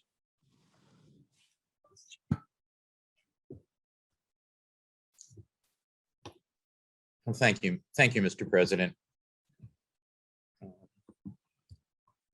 I find it rather striking that given Colombia's position, incorrect position, that we're seeking prejudgment of the merits and that the tribunal should not delve into the merits. So much of the presentation we just heard was devoted to a summary of Colombia's preliminary objections, which have been presented to the tribunal, which have delayed these proceedings, which we have answered, and assertions and they're only assertions that there's something materially deficient in the case we brought. We'll rest on our papers on that. It's abundantly clear that we stated a more than valid case, that what happened to our client in Colombia before the CGR was an outrage to due process, that it was predetermined, and that the award, which we've just been told again, is $997 million, although that's not what it says. It cannot, in fairness, be the subject of collection proceedings. I was also struck by the notion that having a sovereign government chasing our clients around the world, trying to collect $1 billion from them, would somehow not cause any harm to our clients.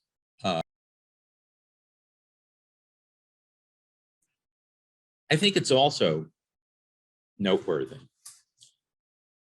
what wasn't said in this very involved presentation we've just heard. And that is, there was no reference to any case being brought outside of Colombia.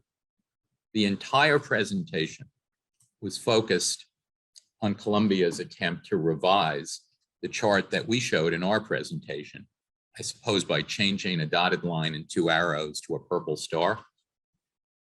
But that, both presentations, despite the slight graphic change, make it abundantly clear that we're talking about 2 separate proceedings. And we're not seeking ultimate relief. If Colombia were somehow to prevail on the merits in the arbitration, they would be free to go ahead and attempt to collect this award.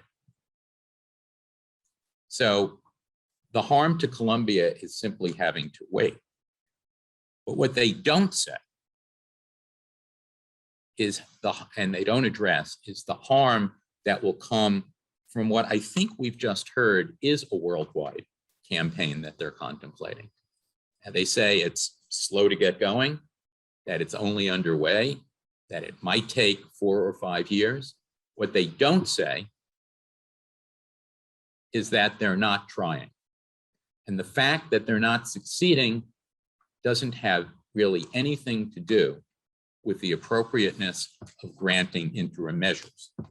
And those proceedings that they are threatening, that they just told us they're going to be bringing, will directly impinge on the jurisdiction of this tribunal. Let me give an example.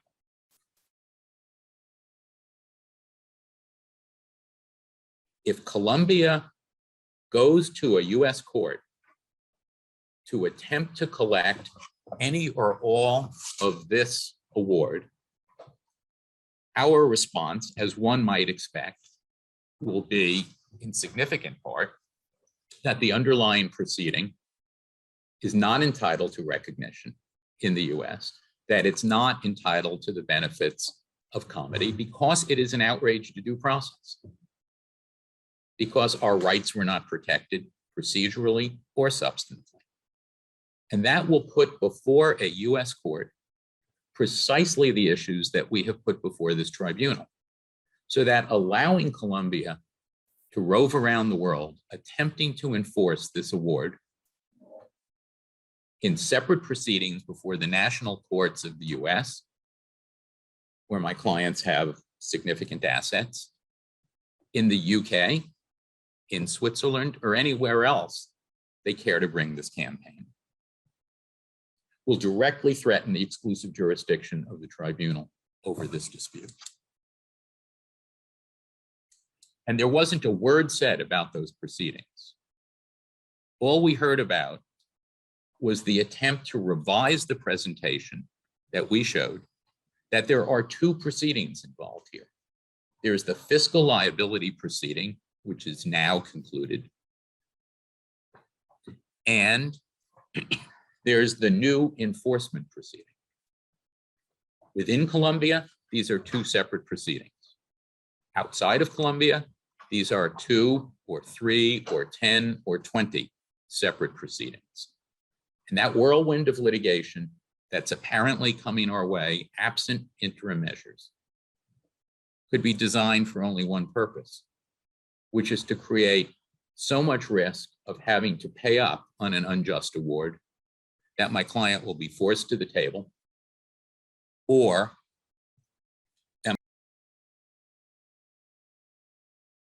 before we have had a chance to present to this tribunal our case that this proceeding, the CGR proceeding, violated numerous rights, substantive and procedural, under the treaty. Those aren't ripe for discussion, for disposition yet. Colombia is right about that. But this proceeding is where those should be heard. And while this proceeding is being heard, this arbitration is going forward. Colombia should not be free to rove around the world looking for assets.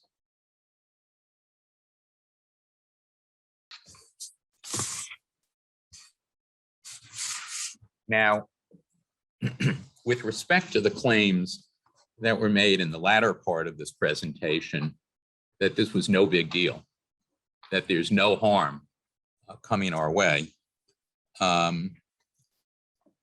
it is simply not the case, and Mr. Torrente's witness statement makes it very clear that assets could be frozen under Colombian law. And it is not true, as he also explains, that there would be a stay of proceedings without a bond. The application can be made without a bond in Colombia for a stay. And I'll turn in a moment to the significance of the availability of that Colombian proceeding. But Colombia would be free to enforce the CGR award in Colombia. And the only way to halt the seizure and sale of those assets would be by putting up a bond, which I believe would have to be equal to 150% of the amount awarded, or roughly, well, using Colombia's number, about $1.3 billion US.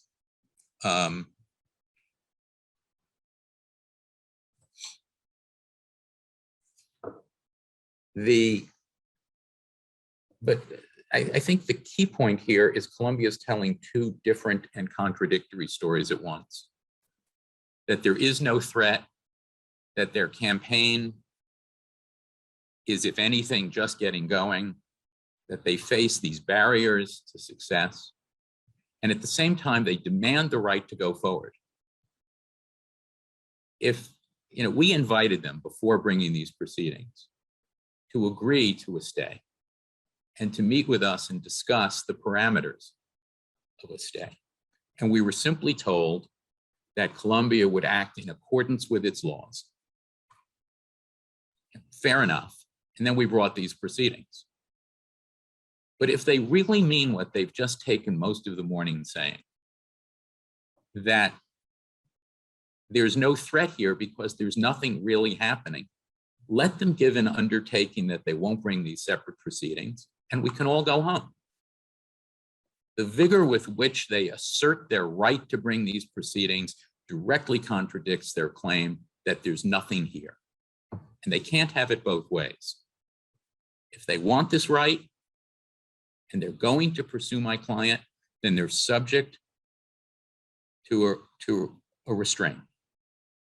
Now, with the cases they cite, and the tribunal will form its own view about the scope of Article 10.20.8, each one of those cases involved the core of what was challenged. The slide that was put up with the quote from Mr. Van de Velde's treatise on bilateral investment treaties makes that point. It says a tribunal would not have, and that's their slide number 8, a tribunal would not have the authority to order a host state not to enact or not to enforce a law. Well, our application does not seek to have Colombia enact or not enforce its law, however much of an outrage to international law their conduct is, and then says it's based on Article 1135 of NAFTA, and says it responds to concerns raised by critics that investor state arbitral tribunals would have the power to invalidate US law or overrule decisions of US courts. For those who follow US politics, the claim that ICSID tribunals are secret courts that will somehow interfere in US policy. We're not asking that.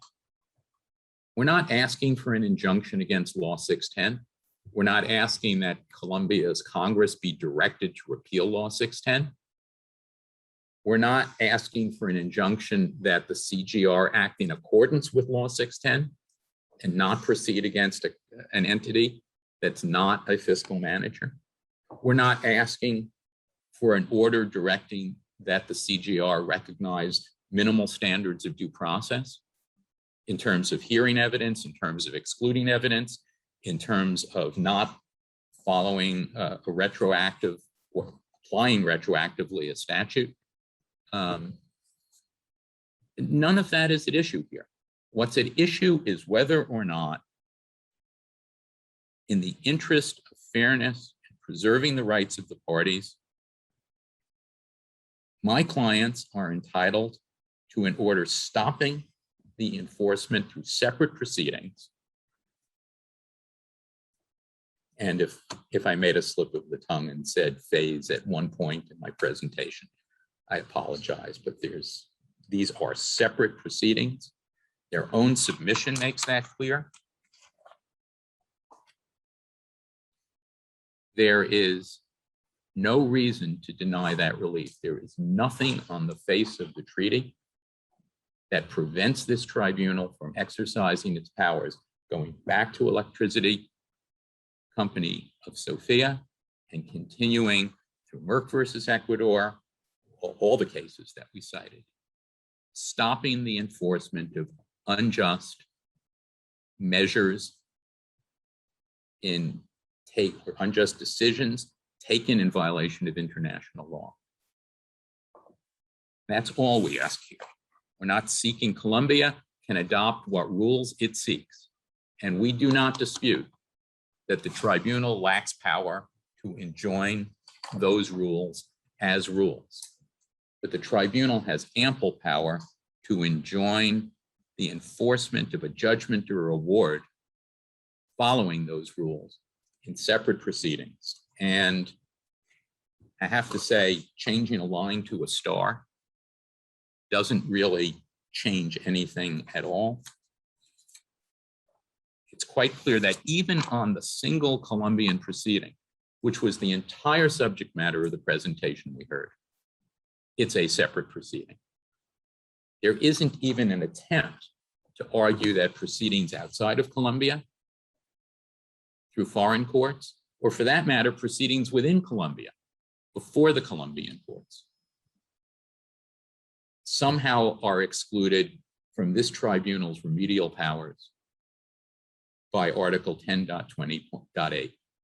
It's an exception to the general rule.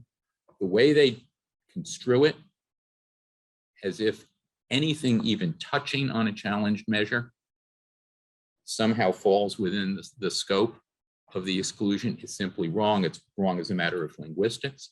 It's wrong as a matter of the history of the proceeding. It's wrong as their own authorities say is the purpose of the treaty provision. With regard to urgency, I know that with regard to urgency, it has simply a different meaning here. It means relief that cannot wait for the final decision. I mean, that's clear from Parenco and all the other cases we've cited. The cases they rely on all involve precisely what we agree the treaty concerns, which is, in effect, a directive to change the measure being challenged. What we've challenged here is the CGR proceeding. What we ask be enjoined are the separate proceedings that Colombia is listening to their their presentation on the brink of commencing to enforce that before this tribunal has a chance to rule on the merits.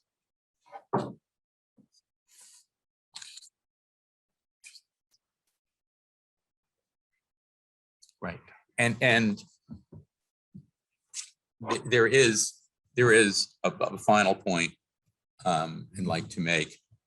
The presentation conflates the auctioning of seized assets from the freezing or seizure of those assets.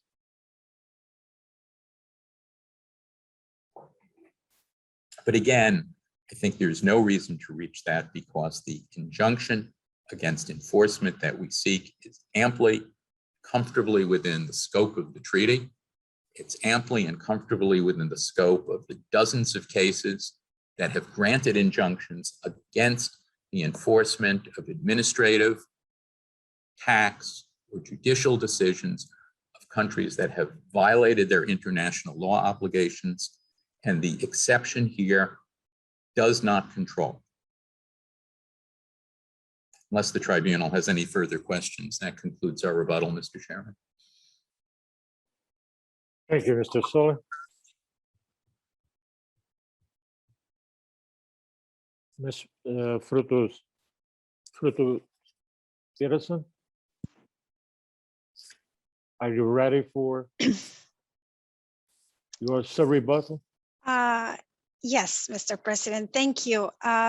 I want to start by saying I will not take too long. I think our case is very clear.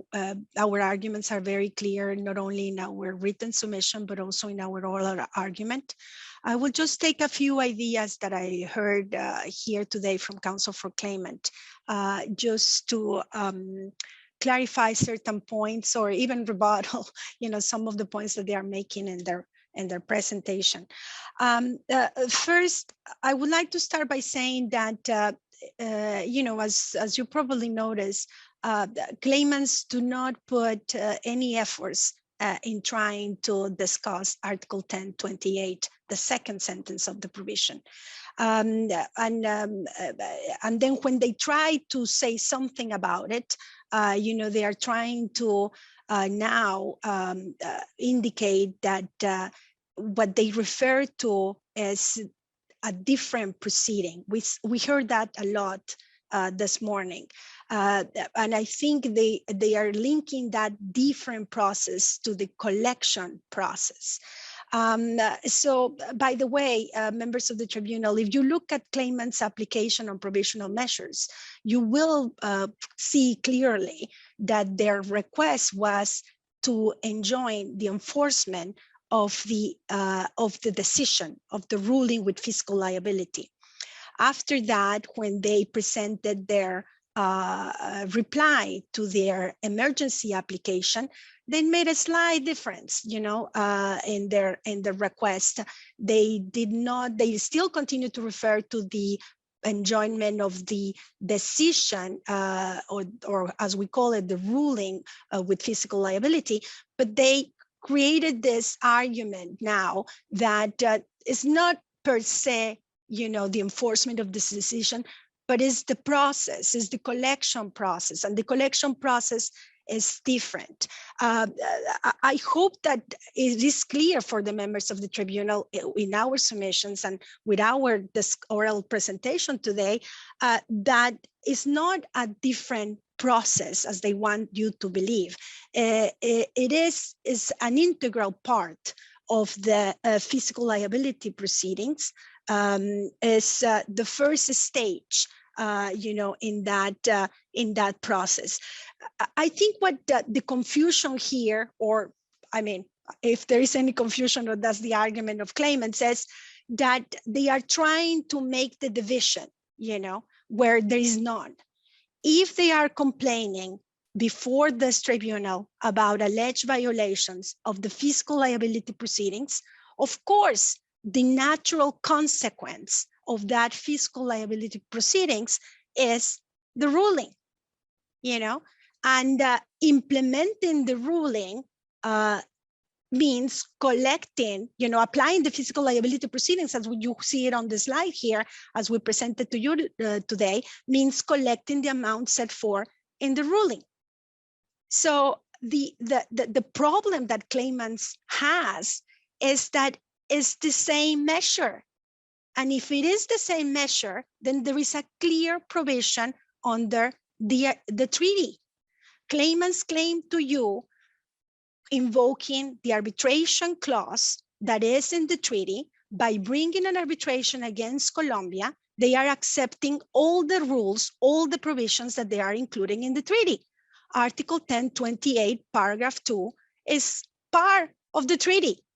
There is no way to turn around, so the measure that they're seeking here is the effect, the decision that they are trying to prevent from enforcement is the natural effect, is the consequence, the natural effects of the fiscal liability proceeding.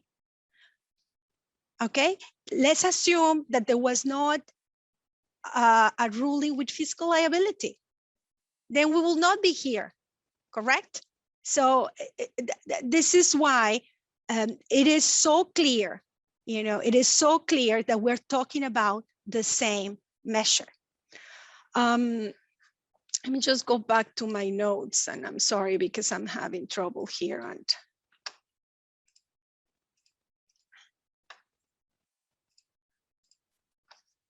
I don't know how to get back here. Okay, thank you.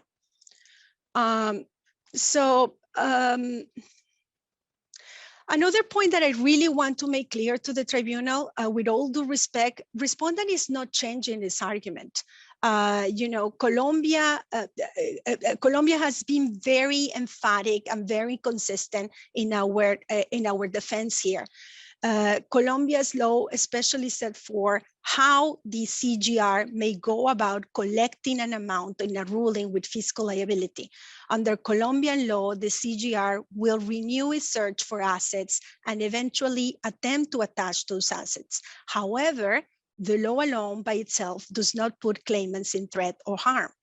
And I want to talk about that because there is no necessity and urgency to avoid an irreparable harm in this case. Even assuming that claimants can escape to the second part of Article 1028 of the treaty, which we submit to you that they cannot, because we just show you how it's exactly the same measure. But even assuming that you consider that is a separate proceeding, as claimant likes to present it to you, we said that they don't comply with the test for provisional measures. And they don't comply because they like to come to you and repeat again and again that there is this chasing around the world, to try to attach their assets around the world. They haven't showed to you any single processes, any single proceedings where Colombia is seeking attachment assets. We have explained to you the process, for the enforcement collection. We have explained to you how claimants have remedies, not only administrative remedies, but also judicial remedies that they can access, under Colombian law in order to attack, if they wish, the enforced collection part of the process. But they haven't shown you any attachment proceedings that Colombia is now going to try to attach this the claimant's assets. So we are not hiding, that that's a normal consequence of the process. No, it's the regular natural thing. So if there is a ruling, the next step in the ruling is to enforce, that ruling. And as part of the enforcement of the ruling, you will see collection processes, whether domestically or internationally. First, Colombia will have to locate assets. For the past 4 years, they haven't found anything. So I honestly don't think what are we discussing here, because there is clearly not imminent harm, for the claimants in this case.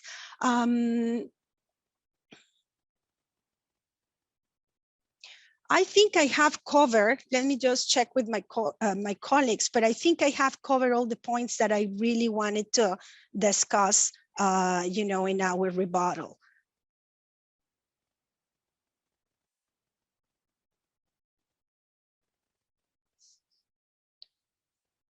I think there is one last point that I just want to mention. They made a claim this morning, or they presented to you this concern that they have about the waiver, and they discussed the provision in the treaty. I don't have it in front of me, but I was just looking at the waiver provision as indicated by, thank you, Maria Paulina, as indicated by the treaty. I mean, they stop on the second paragraph, but if they continue reading on the third paragraph, you can see that notwithstanding paragraph 2b, the claimant may initiate or continue an action that seeks interim injunction relief and does not involve the payment of monetary damages before a judicial or administrative tribunal of the respondent, provided that the action is brought for the sole purpose of preserving claimants or the enterprise rights and interests due to the independency of the arbitration. So we don't see, how claimants could shield themselves from saying that, there will be a problem if they access the administrative remedies or the judicial remedies that they have, under Colombian law. Meaning, and I think this is where I was going, meaning that they could go ahead and ask, for the stay of enforcement before Colombian courts. Which is actually, we said it in our papers and in our presentation today, which is also possible, under the annulment remedy that the claimants will and have, under Colombian law. I think, members of the tribunal, those are the points that I wanted to cover on rebuttal. I think our submissions are very clear, and I think, you saw our presentation. If you have any questions for us, of course, we are here available to answer them. Thank you so much. Thank you, Ms. Frutos Peterson, for your comments.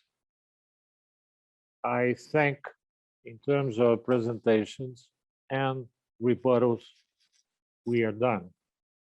Now, the last slot of our hearing today is the allocation of time for questions by the tribunal. Let's start with Mr. Beach. Do you have any questions?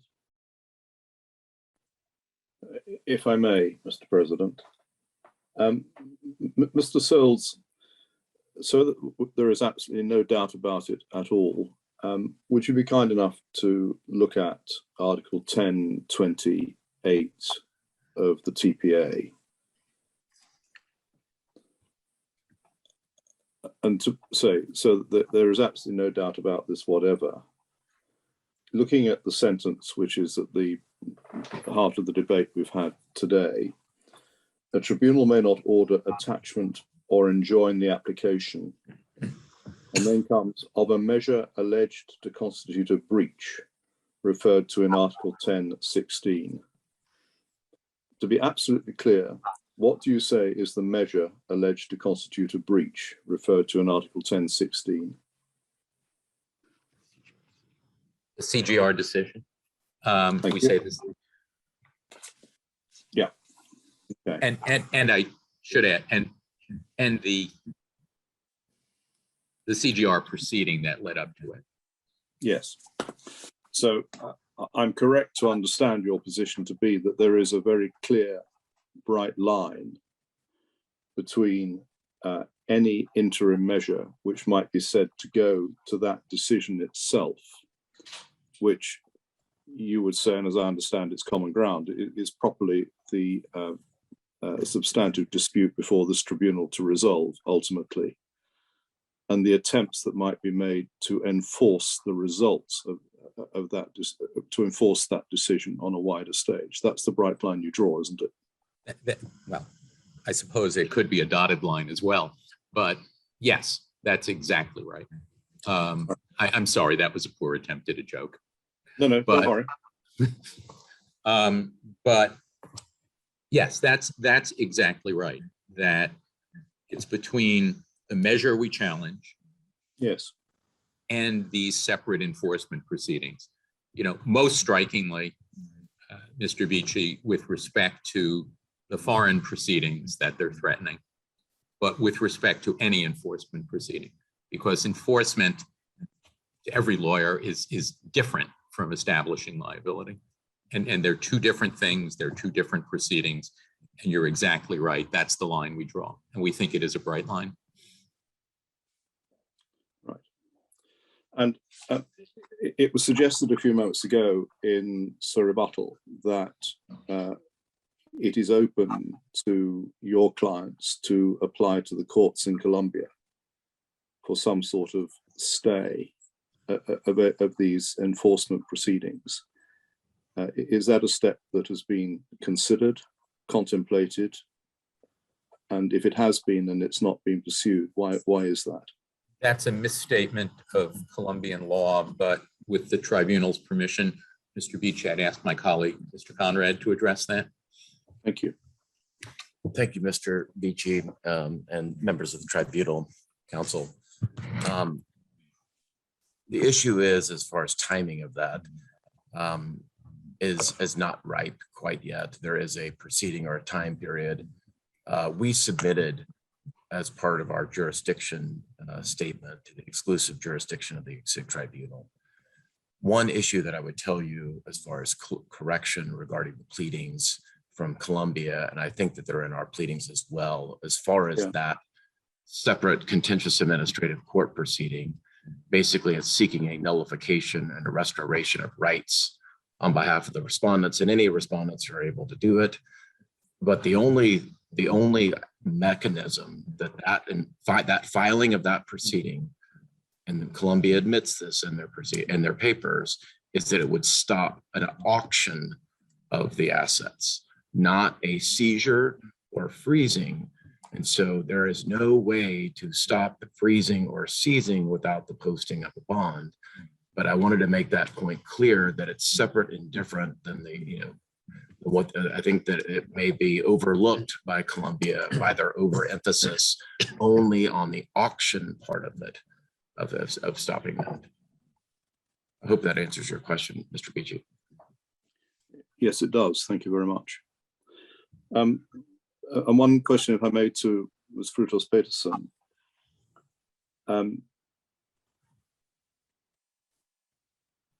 You were telling us, if I understand it correctly, that there is no worldwide attack, as it's been described, upon the assets of claimants. You said there's nothing here. But it is clear that there could be moves, and it's been said, and you've told us that there has not yet been, no assets have yet been found. There's been nothing so far. That's both in Colombia and overseas.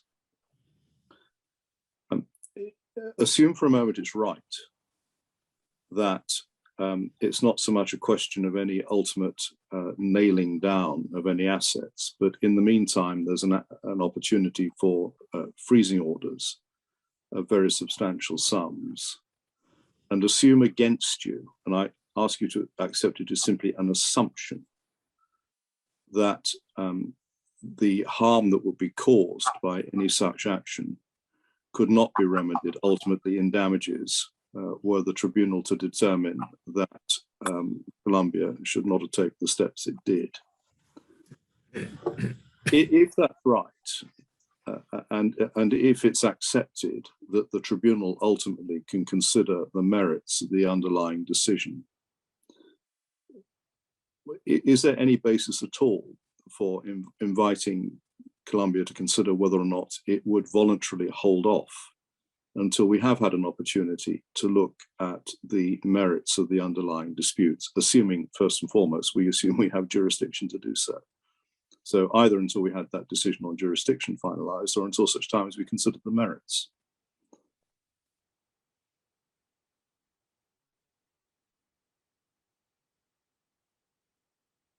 Thank you, Mr. Bishi, for your question.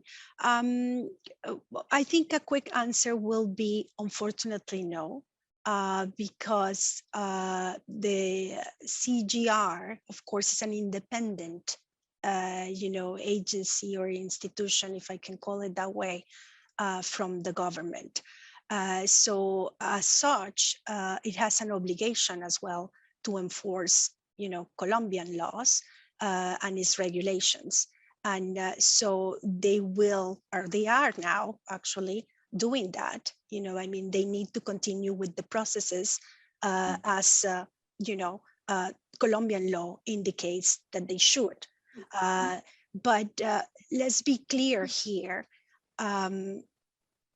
It's not that they can go around the world and chase those assets as they pleased.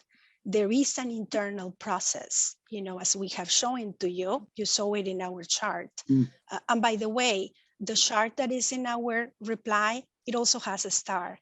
We did not change the stars for that line. You saw it in that chart where we are. We're in a very early stage of the whole process. This can take years. At some point, yes, the CGR will start seeking for assets, to attach them. And if they found them, they can proceed with the attachment. The authorities can determine the attachment. But as my colleague Elizabeth explained when she was explaining the chart to you, those assets, they are not going to be auctioned. Until all the different stages in the process, including the judicial remedies that claimants have, are all, completed, and the authority, the judicial authority, indicates that it is possible to auction the assets. So I would like you to remember that part because, we consider that it's extremely important. It's extremely important because even if they were to find certain assets, and even if they could be able to attach them, we are still not in a phase where those attachments will be auctioned.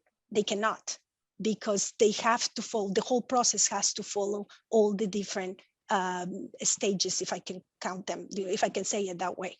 But in connection with your main question, which I think it is, that if Colombia will be able to stop this, until you have an opportunity to look into this case, I think the answer is no. As we have indicated in our pleadings, the CGR could not, Colombia could not do that, because we're talking here about an independent agency doing its work under Colombian law. All right, thank you very much. Thank you, Mr. President. Thank you, Mr. Bichi. Professor Coyne. Thank you, Mr. President. So I have one question for each party and a third one for both. So for claimants,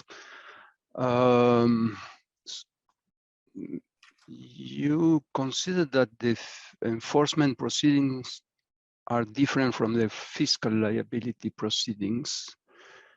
My question is, if they are separate, if the enforcement proceeding is separate from the fiscal liability one,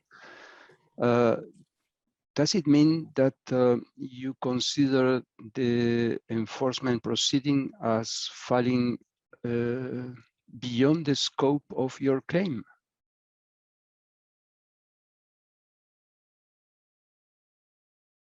That's the question for the claimants.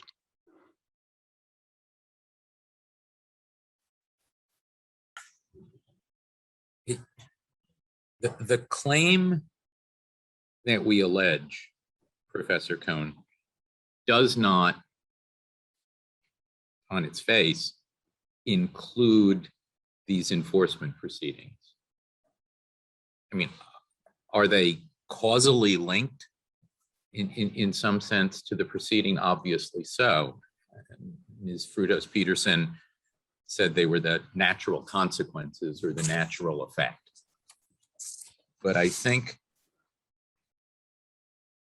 the point here is that we're talking not so much about the concept of whether it's part of the claim, but whether or not it's the measure, it's the application of the measure challenged, because that's the treaty language that Colombia relies on. And so we wouldn't contend, of course, that the enforcement proceeding has nothing to do with the underlying proceeding, because otherwise there'd be nothing to enforce. But that is limited language, and it's limited language. It doesn't say arising out of or related to. It doesn't say related in any manner whatsoever. And you have to ask, where would it end? Would it end with these Colombian proceedings? That was the focus of Colombia's presentation.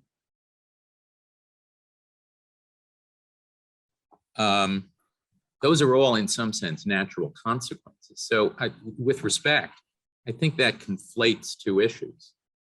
It certainly is a natural consequence of a finding of liability that there be enforcement proceedings, but that doesn't answer the question of whether or not those enforcement proceedings are separate, or put another way, a separate measure that don't fall within the exception set out in section 10.20.8 to the general principle that the tribunal has power to grant interim measures to preserve the status quo, to prevent aggravation of the dispute, to preserve its exclusive jurisdiction. And so the answer is no. Our claim, the claim and the basis for the ultimate relief we seek, an offsetting award similar to the offsetting award that was granted in the Glencore case, which also arose out of violations of international law obligations by the CGR. That those are, excuse me one second.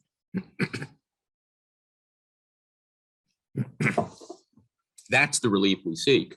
We seek this relief as an incident in order to preserve our right to secure that ultimate relief, the offsetting award, to prevent the aggravation of the dispute by increasing by orders of magnitude what's at stake, because a much greater and more complicated and more aggravating and aggravating. I hope that answers the question, because it seems to me the question before the tribunal is whether or not these separate proceedings do or do not fall within the exclusion in the second sentence of this treaty provision we've all been talking about, and which turns in significant part on what does application of a measure mean. And in all the cases that have been cited by Colombia, that was this harm that's talked about by Professor van der Velde. That is the lawmaking by a tribunal for a respondent state. And that's not what we're asking here. We're asking for a stay of enforcement pending a decision on the merits. And either way, that stay, if granted, will end with the decision on the merits. If we prevail, then we no longer need interim relief because we'll have succeeded in defending our rights. If we somehow were to fail, then Colombia will be free at that point to take that award around the world and try and enforce it. We don't dispute that. But in the interim, the tribunal should be allowed to do its work and hear this case and make a decision as to these rights. And with regard to the very last point, as a matter of international law, Colombia is unitary. It speaks for all of its agencies, judicial, administrative, or even if they're characterized as independent. So there's really no question that this is relief that can be granted, even though it's the CGR whose conduct has brought us here, because the CGR's conduct is Colombia's conduct for purposes of international law. Just to understand well, assuming that the Contraloría General de la República goes ahead with the enforcement, assuming that the decision is enforced either in Colombia or elsewhere, would you include the consequences of this in your final prior of relief or not?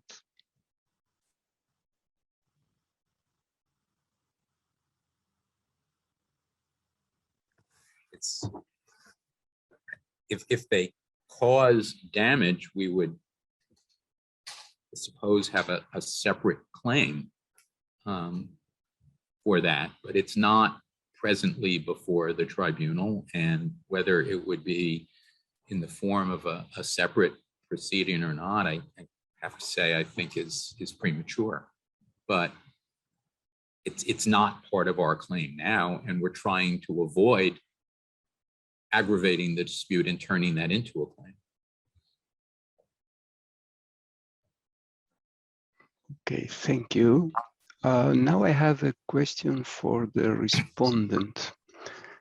So the respondent alleges that if the tribunal decides to indicate the provisional measures, this would prejudice third parties. That was the wording employed. My question is, would the third parties be prejudiced, or rather they would benefit from a decision on provisional measures by this tribunal as requested by the claimants?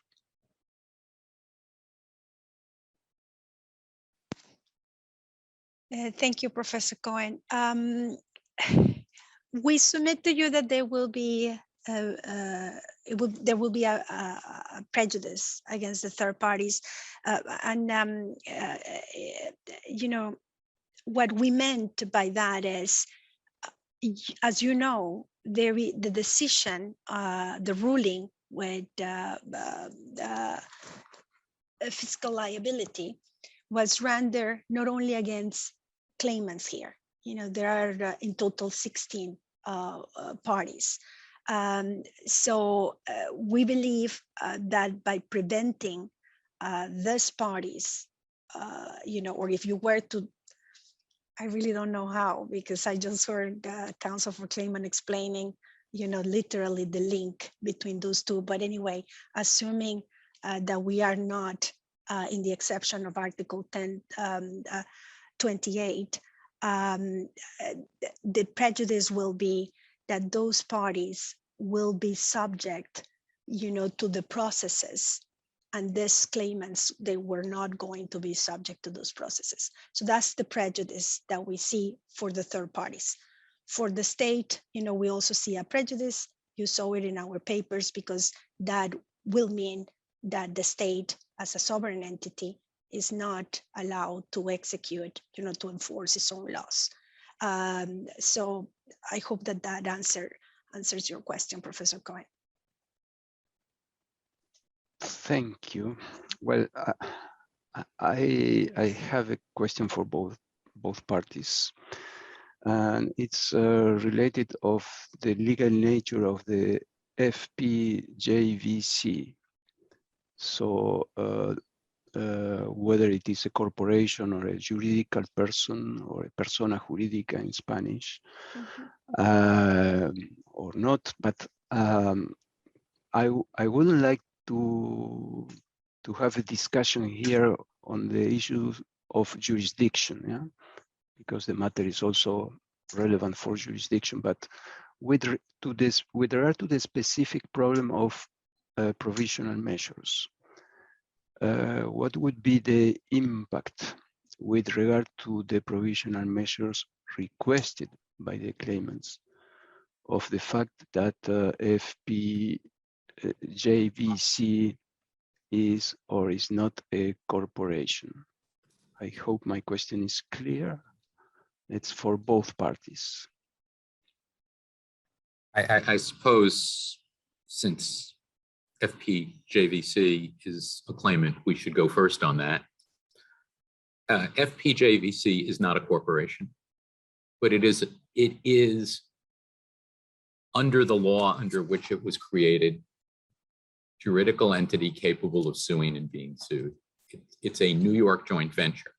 And under New York law, which I think everyone will agree governs here, I think that's common ground, because that's the law under which the joint venture came into being. A joint venture is treated as a partnership. It's a partnership organized for a particular purpose. And as such, it can sue and be sued. For that matter, it was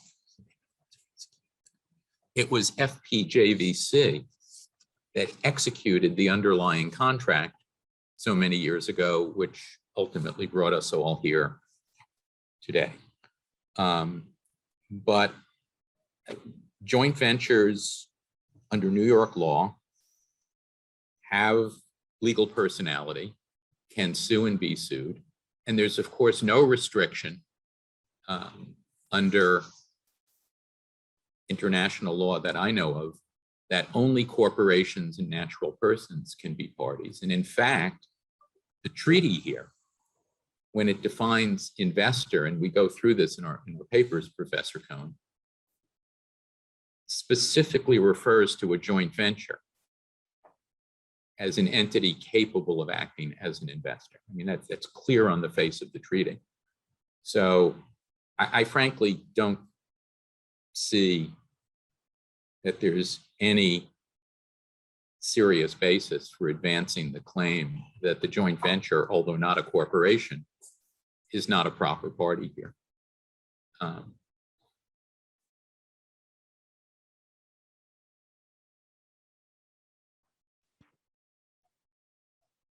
My question also aims at establishing the impact of potential provisional measures or not on assets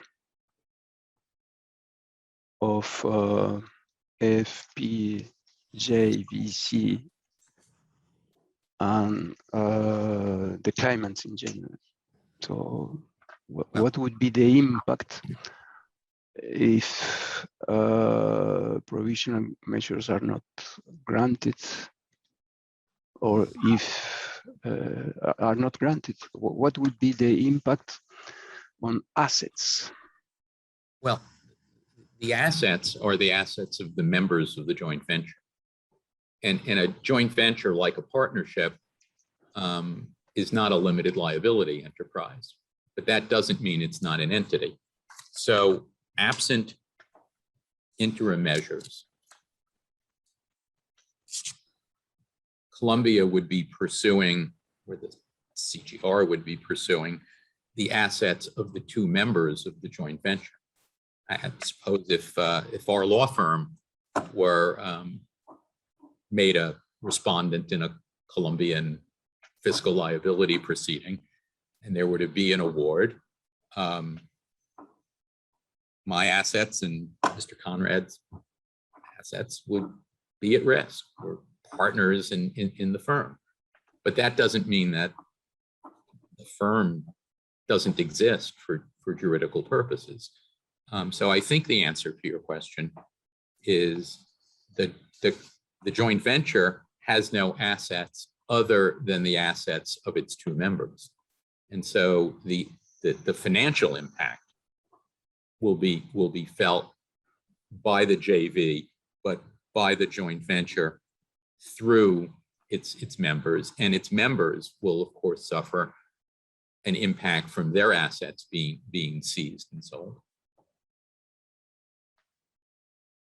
Thank you. Respondent, please. Thank you, Professor Cohen, for your question. I want to start by saying two things. First, and I also have trouble remember the acronym FPGVC, is a contractual joint venture. I'm not going to comment on the personality of that or of FPGVC because I think that's one of our allegations, on jurisdiction. You have all our position and objections in our memorial, and I invite the tribunal to go there. But I think to answer quickly your question, Professor Cohen, is that they are not a party of the physical liability proceedings. So, the only party to to that process is, Foster Wheeler and process consultant, and that's it. So they are not. The authorities, of course, would not have any say in, in case assuming, that there were assets to be attached on the FPGVC. But as I told you, if you go to the fiscal liability proceedings and also, the ruling, you will realize that they are not named there. Thank you. Thank you, Mr. President. I don't have any further question. Thank you, Professor Cohen. I have one question for claimant here. I heard your comments earlier this morning about the status quo, but I would like if you could at this point elaborate a bit and be more precise in terms of the status quo that would have to be maintained, not aggravated, that you have in mind with the measures requested to the tribunal.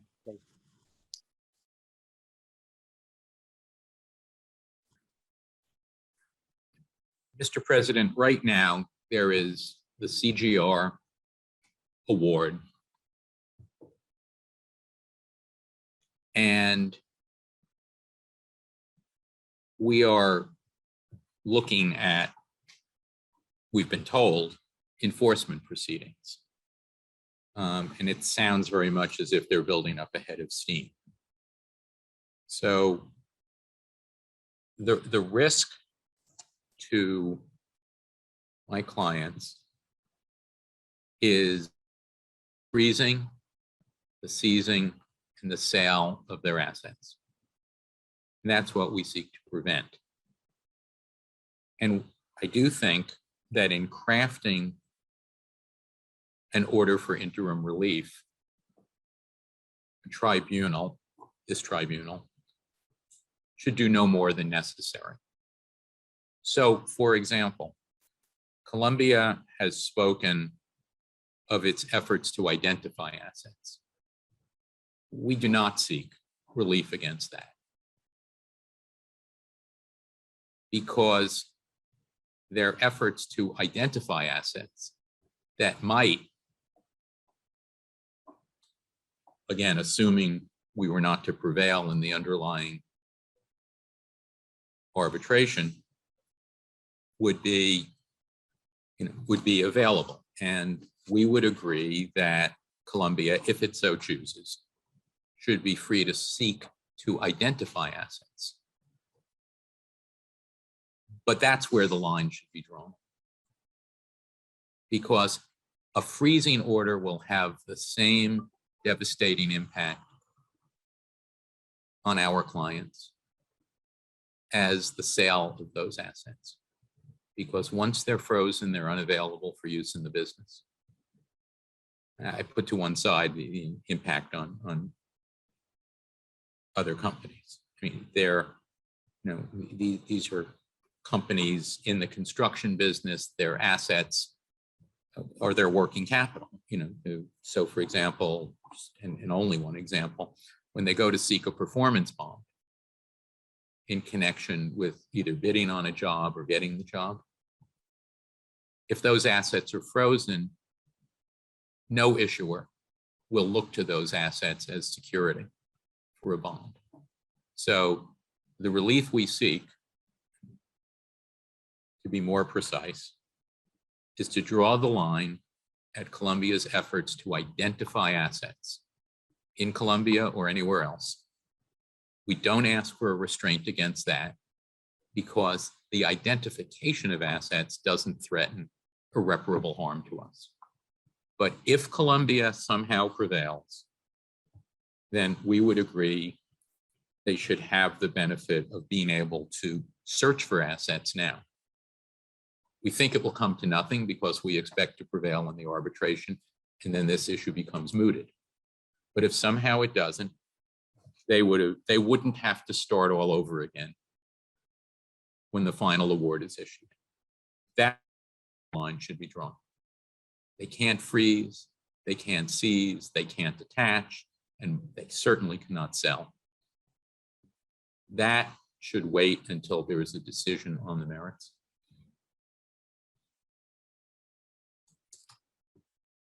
And of course, they should be enjoined from any coercive or turnover or freezing proceedings before the courts of any other sovereign as well.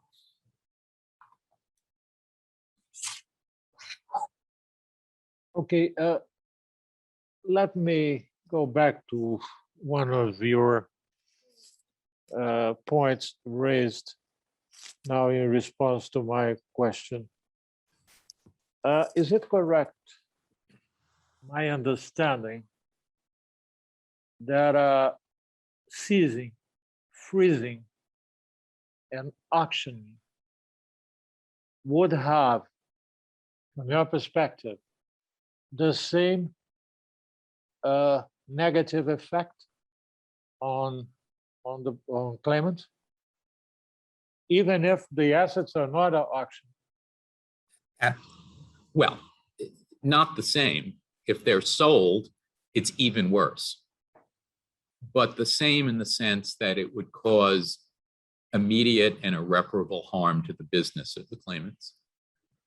I mean, if someone said to any business person, would you rather have your assets frozen or sold? You would probably opt for freezing because they might be unfrozen at some point and you could salvage some value from them. But the fact of the matter here is that the freezing would be so damaging that it ought to be enjoined. I mean, what we're trying, I mean, by drawing this line, Mr. President, what I'm attempting to do is to ask for as much relief as we need and no more. So, you know, in the sense that execution is worse than imprisonment, it's not the same, but it's over the line in terms of the damage to the business. And Colombia has no meaningful claim of harm if they can't get a freezing order during the pendency of this action. And you know, particularly in jurisdictions that grant Moreva injunctions, worldwide freezing orders, the impact on a business of a freezing order, I don't think there's any serious debate that the impact of such an order is devastating. I mean, and that's why the courts of jurisdictions that have followed the lead of England and are willing to grant such orders are extremely cautious in granting them and look very closely at the presentations that are made, not just the duty of full and fair disclosure, but at the underlying merits before granting them, precisely because it's such a remarkably powerful tool in the hands of a creditor. And it's for that reason that other jurisdictions, including well, for reasons why other jurisdictions severely limit that kind of relief. But that is relief that's available in many jurisdictions around the world, including jurisdictions in which our clients have assets. And of course, a worldwide freezing order is worldwide. So issued in any one jurisdiction, it would bind a company everywhere. But so I think, and I think the experience of the business community with freezing orders is that they're a very powerful tool, that they have to be granted very cautiously, not in all circumstances. And it is precisely because of the kind of harm that we're talking about that they can cause. So I apologize for this being such a long answer, but it's a very important question. Yeah, we think that freezing and seizing, which would be the next step, asserting some kind of title or ownership interest, and then auctioning and having the property be put into the hands of a third party that's given value for it. Those are escalating harms, but we think the point to stop the process is at the freezing stage. But as I say, we do not ask for an order that would restrain Colombia from doing whatever, doing Colombia from taking, reasonable steps to identify assets that might someday be subject to further coercive process.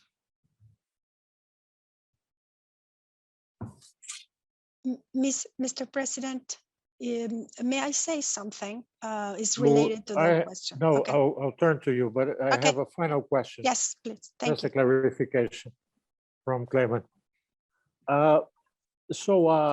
I understand what you said. I thank you for the answer. But the question is the impact. The seizing and freezing has an impact on the company, on the reputation, and also in conducting its operations following those two actions by Colombia. Am I right? Absolutely, it would. Okay. Yes. Okay. Just I would like to be absolutely sure. I would not have the intention to putting any words on your mouth, but my point is, I'll go back when you were responding to Mr.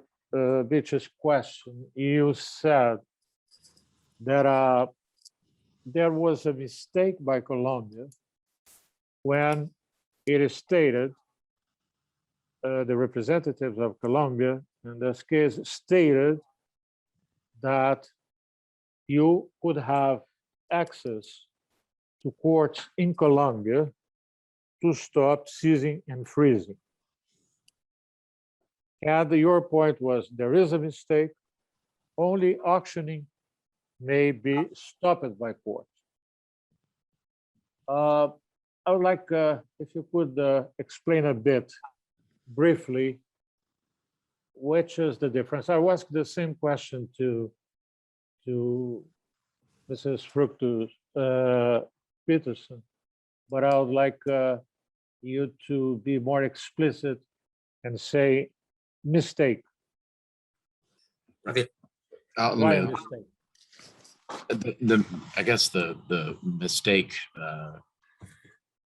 to clarify that statement, Mr. President, was to state that Colombia has focused on basically this alternative argument or alternative forum for us to seek relief by virtue of seeking a stay of enforcement by filing a nullity or restoration of rights action.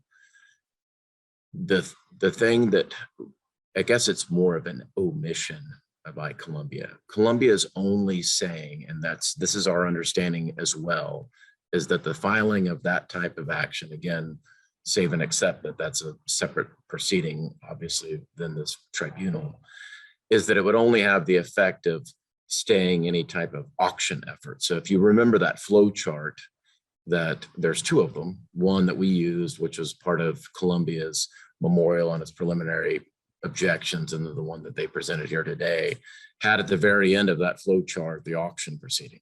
So that's the only measure or part that would be enjoined by filing of a nullity action. It will not enjoin the freezing and seizing of the assets of the claimants. That's the, I mean, when I say mistake, it's more or less like omission. And I don't think Colombia disputes this, because this is the exact, I'm basically quoting or paraphrasing what Colombia has taken in the position in their papers is that this is only prevents the auctioning. But again, as the tribunal and Mr. President rightly points out, and so this is really not an option for the claimants. And this is why we are seeking the relief that we are asking the tribunal to grant, the limited relief here as articulated by Mr. Sills, because of this hole or gap. And I think on that point, Mr. President, it's important to realize that assuming that that right is real and not illusory, that in order to get a stay of seizing or freezing, it would be necessary to post a bond. And this is gone into in some detail in Mr. Torrente's witness statement. And of course, his experience as chief legal officer there speaks for itself.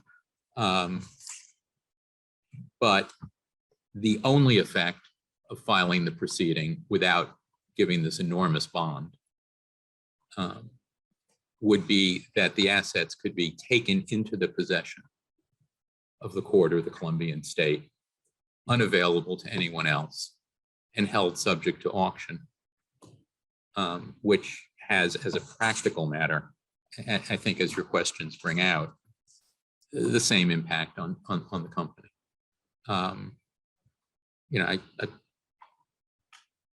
I put to one side whether or not we would simply be back before the tribunal. Let me not start down that path, but the right means very little. It's at most a paper right, because it doesn't give any opportunity to stop the seizing or freezing of those assets without posting a bond.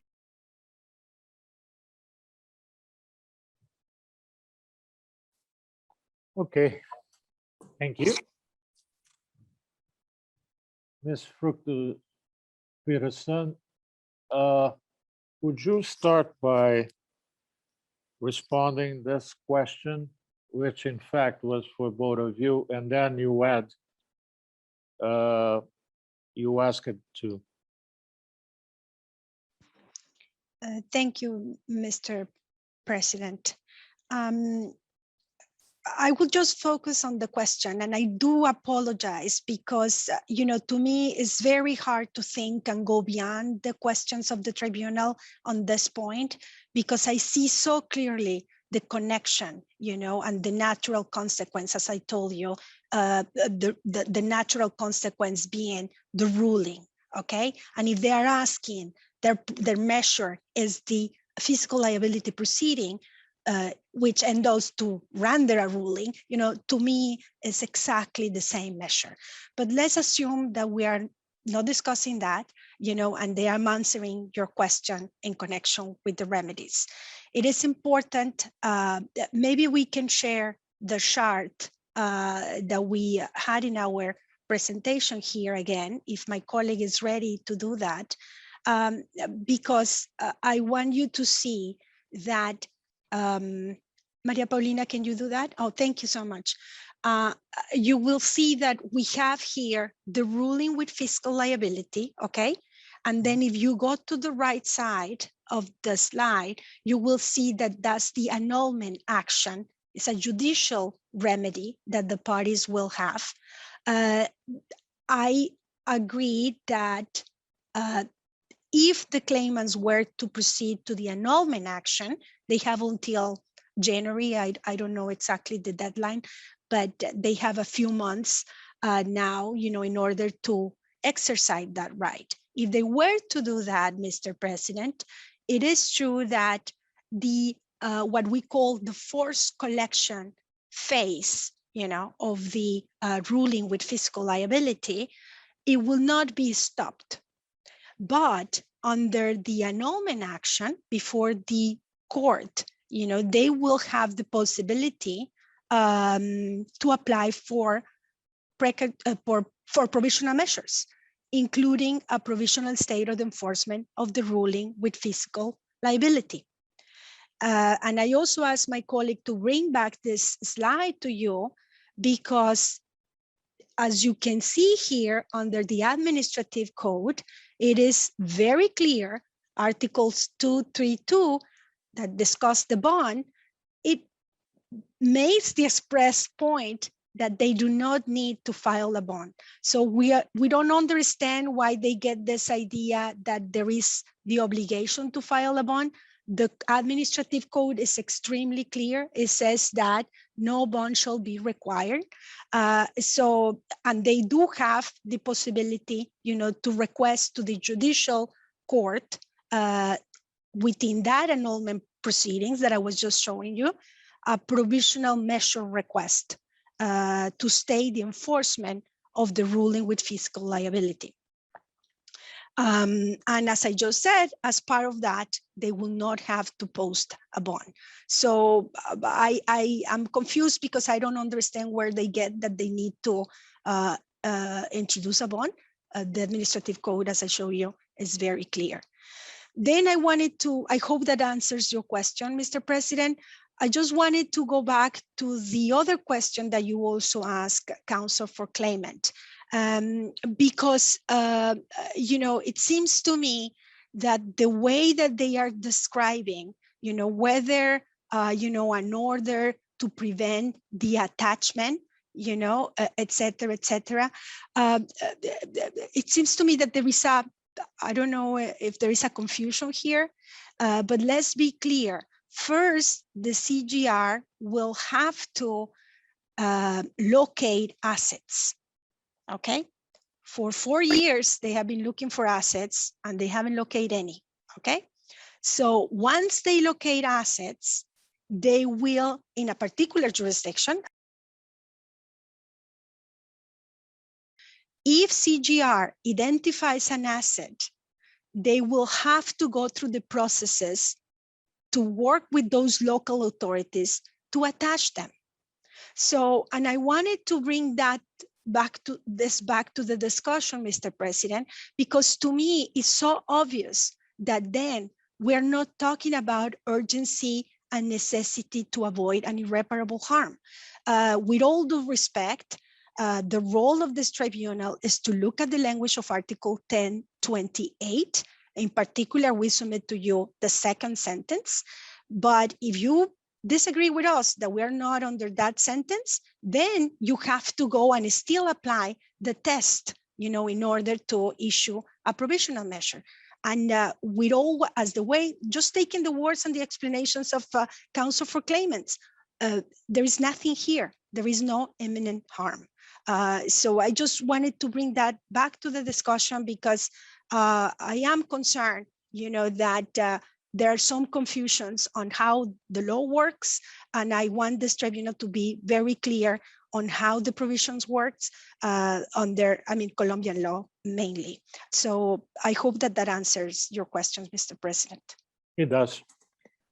So I think we completed our duty this afternoon. And unless my colleagues have any follow-on questions. No further question, Mr. President, on my side. Well, from the President. Okay. I thank you very much. But before we close this hearing, let's talk about the next steps. We have agreed that by November 11, we'll get a memo or memorial by respondent with respect to the documents that were included in claimant's presentation this morning. Of course, when we say memorial, we say a brief memorial. Understood, Mr. President. And the other point is the following. Marisa, when will we get the transcript? I could say I could get it to everybody today, and I'll send it to ICSID. Okay, David. Thanks much.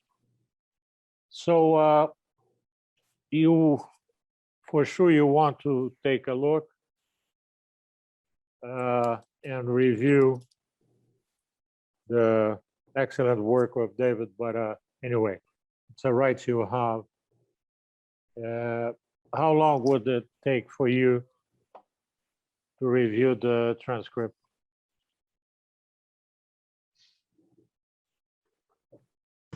Mr. President, for claimants, we'd suggest that the parties be given a week to make any comments or corrections on the transcript. November 11, the same date? Yeah, that's fine. Assuming we get it today, November 11 should be fine for claimants. Okay. That's fine with us as well. That's fine, Okay. Mr. President. Mr. President, just one point of, in order to also prepare our short memo, I will say a letter, commenting on these authorities. Bob, can you send us then the document, because we don't have it? You said that you Sure. have it, and if you can share with us in order to look at it. Thanks. We'll be happy to, and I assume this brief memorial concerns just that one document, the English language PowerPoint presentation that we put up.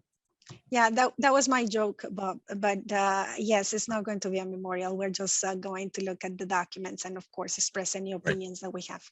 Thank you. Yeah, we'll send that today. Thank you. Okay.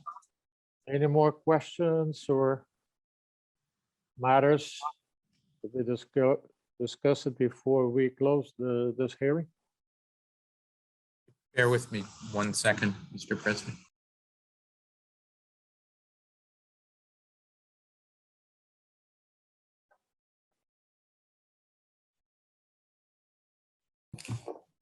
No, we don't have anything further, Mr. President.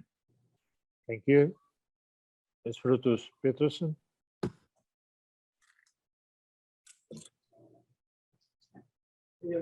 Sorry, I forgot that I was on mute. I just wanted to, you send us, also a protocol about, how to work out, on the respective redactions and stuff like that. I think you mentioned November 8.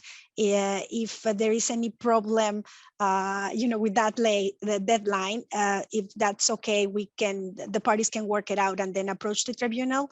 I think it's going to be fine, but I just wanted to make sure that we also have that on the table. You can keep us posted Okay. Mhm. as it unfolds, okay? Okay, thank you. Thank you so much to the tribunal and to everybody, to ICSID and of course the court reporter. Okay. Mr. Beachy, any comment? No? Nothing more from me, thank you. Professor Cohen?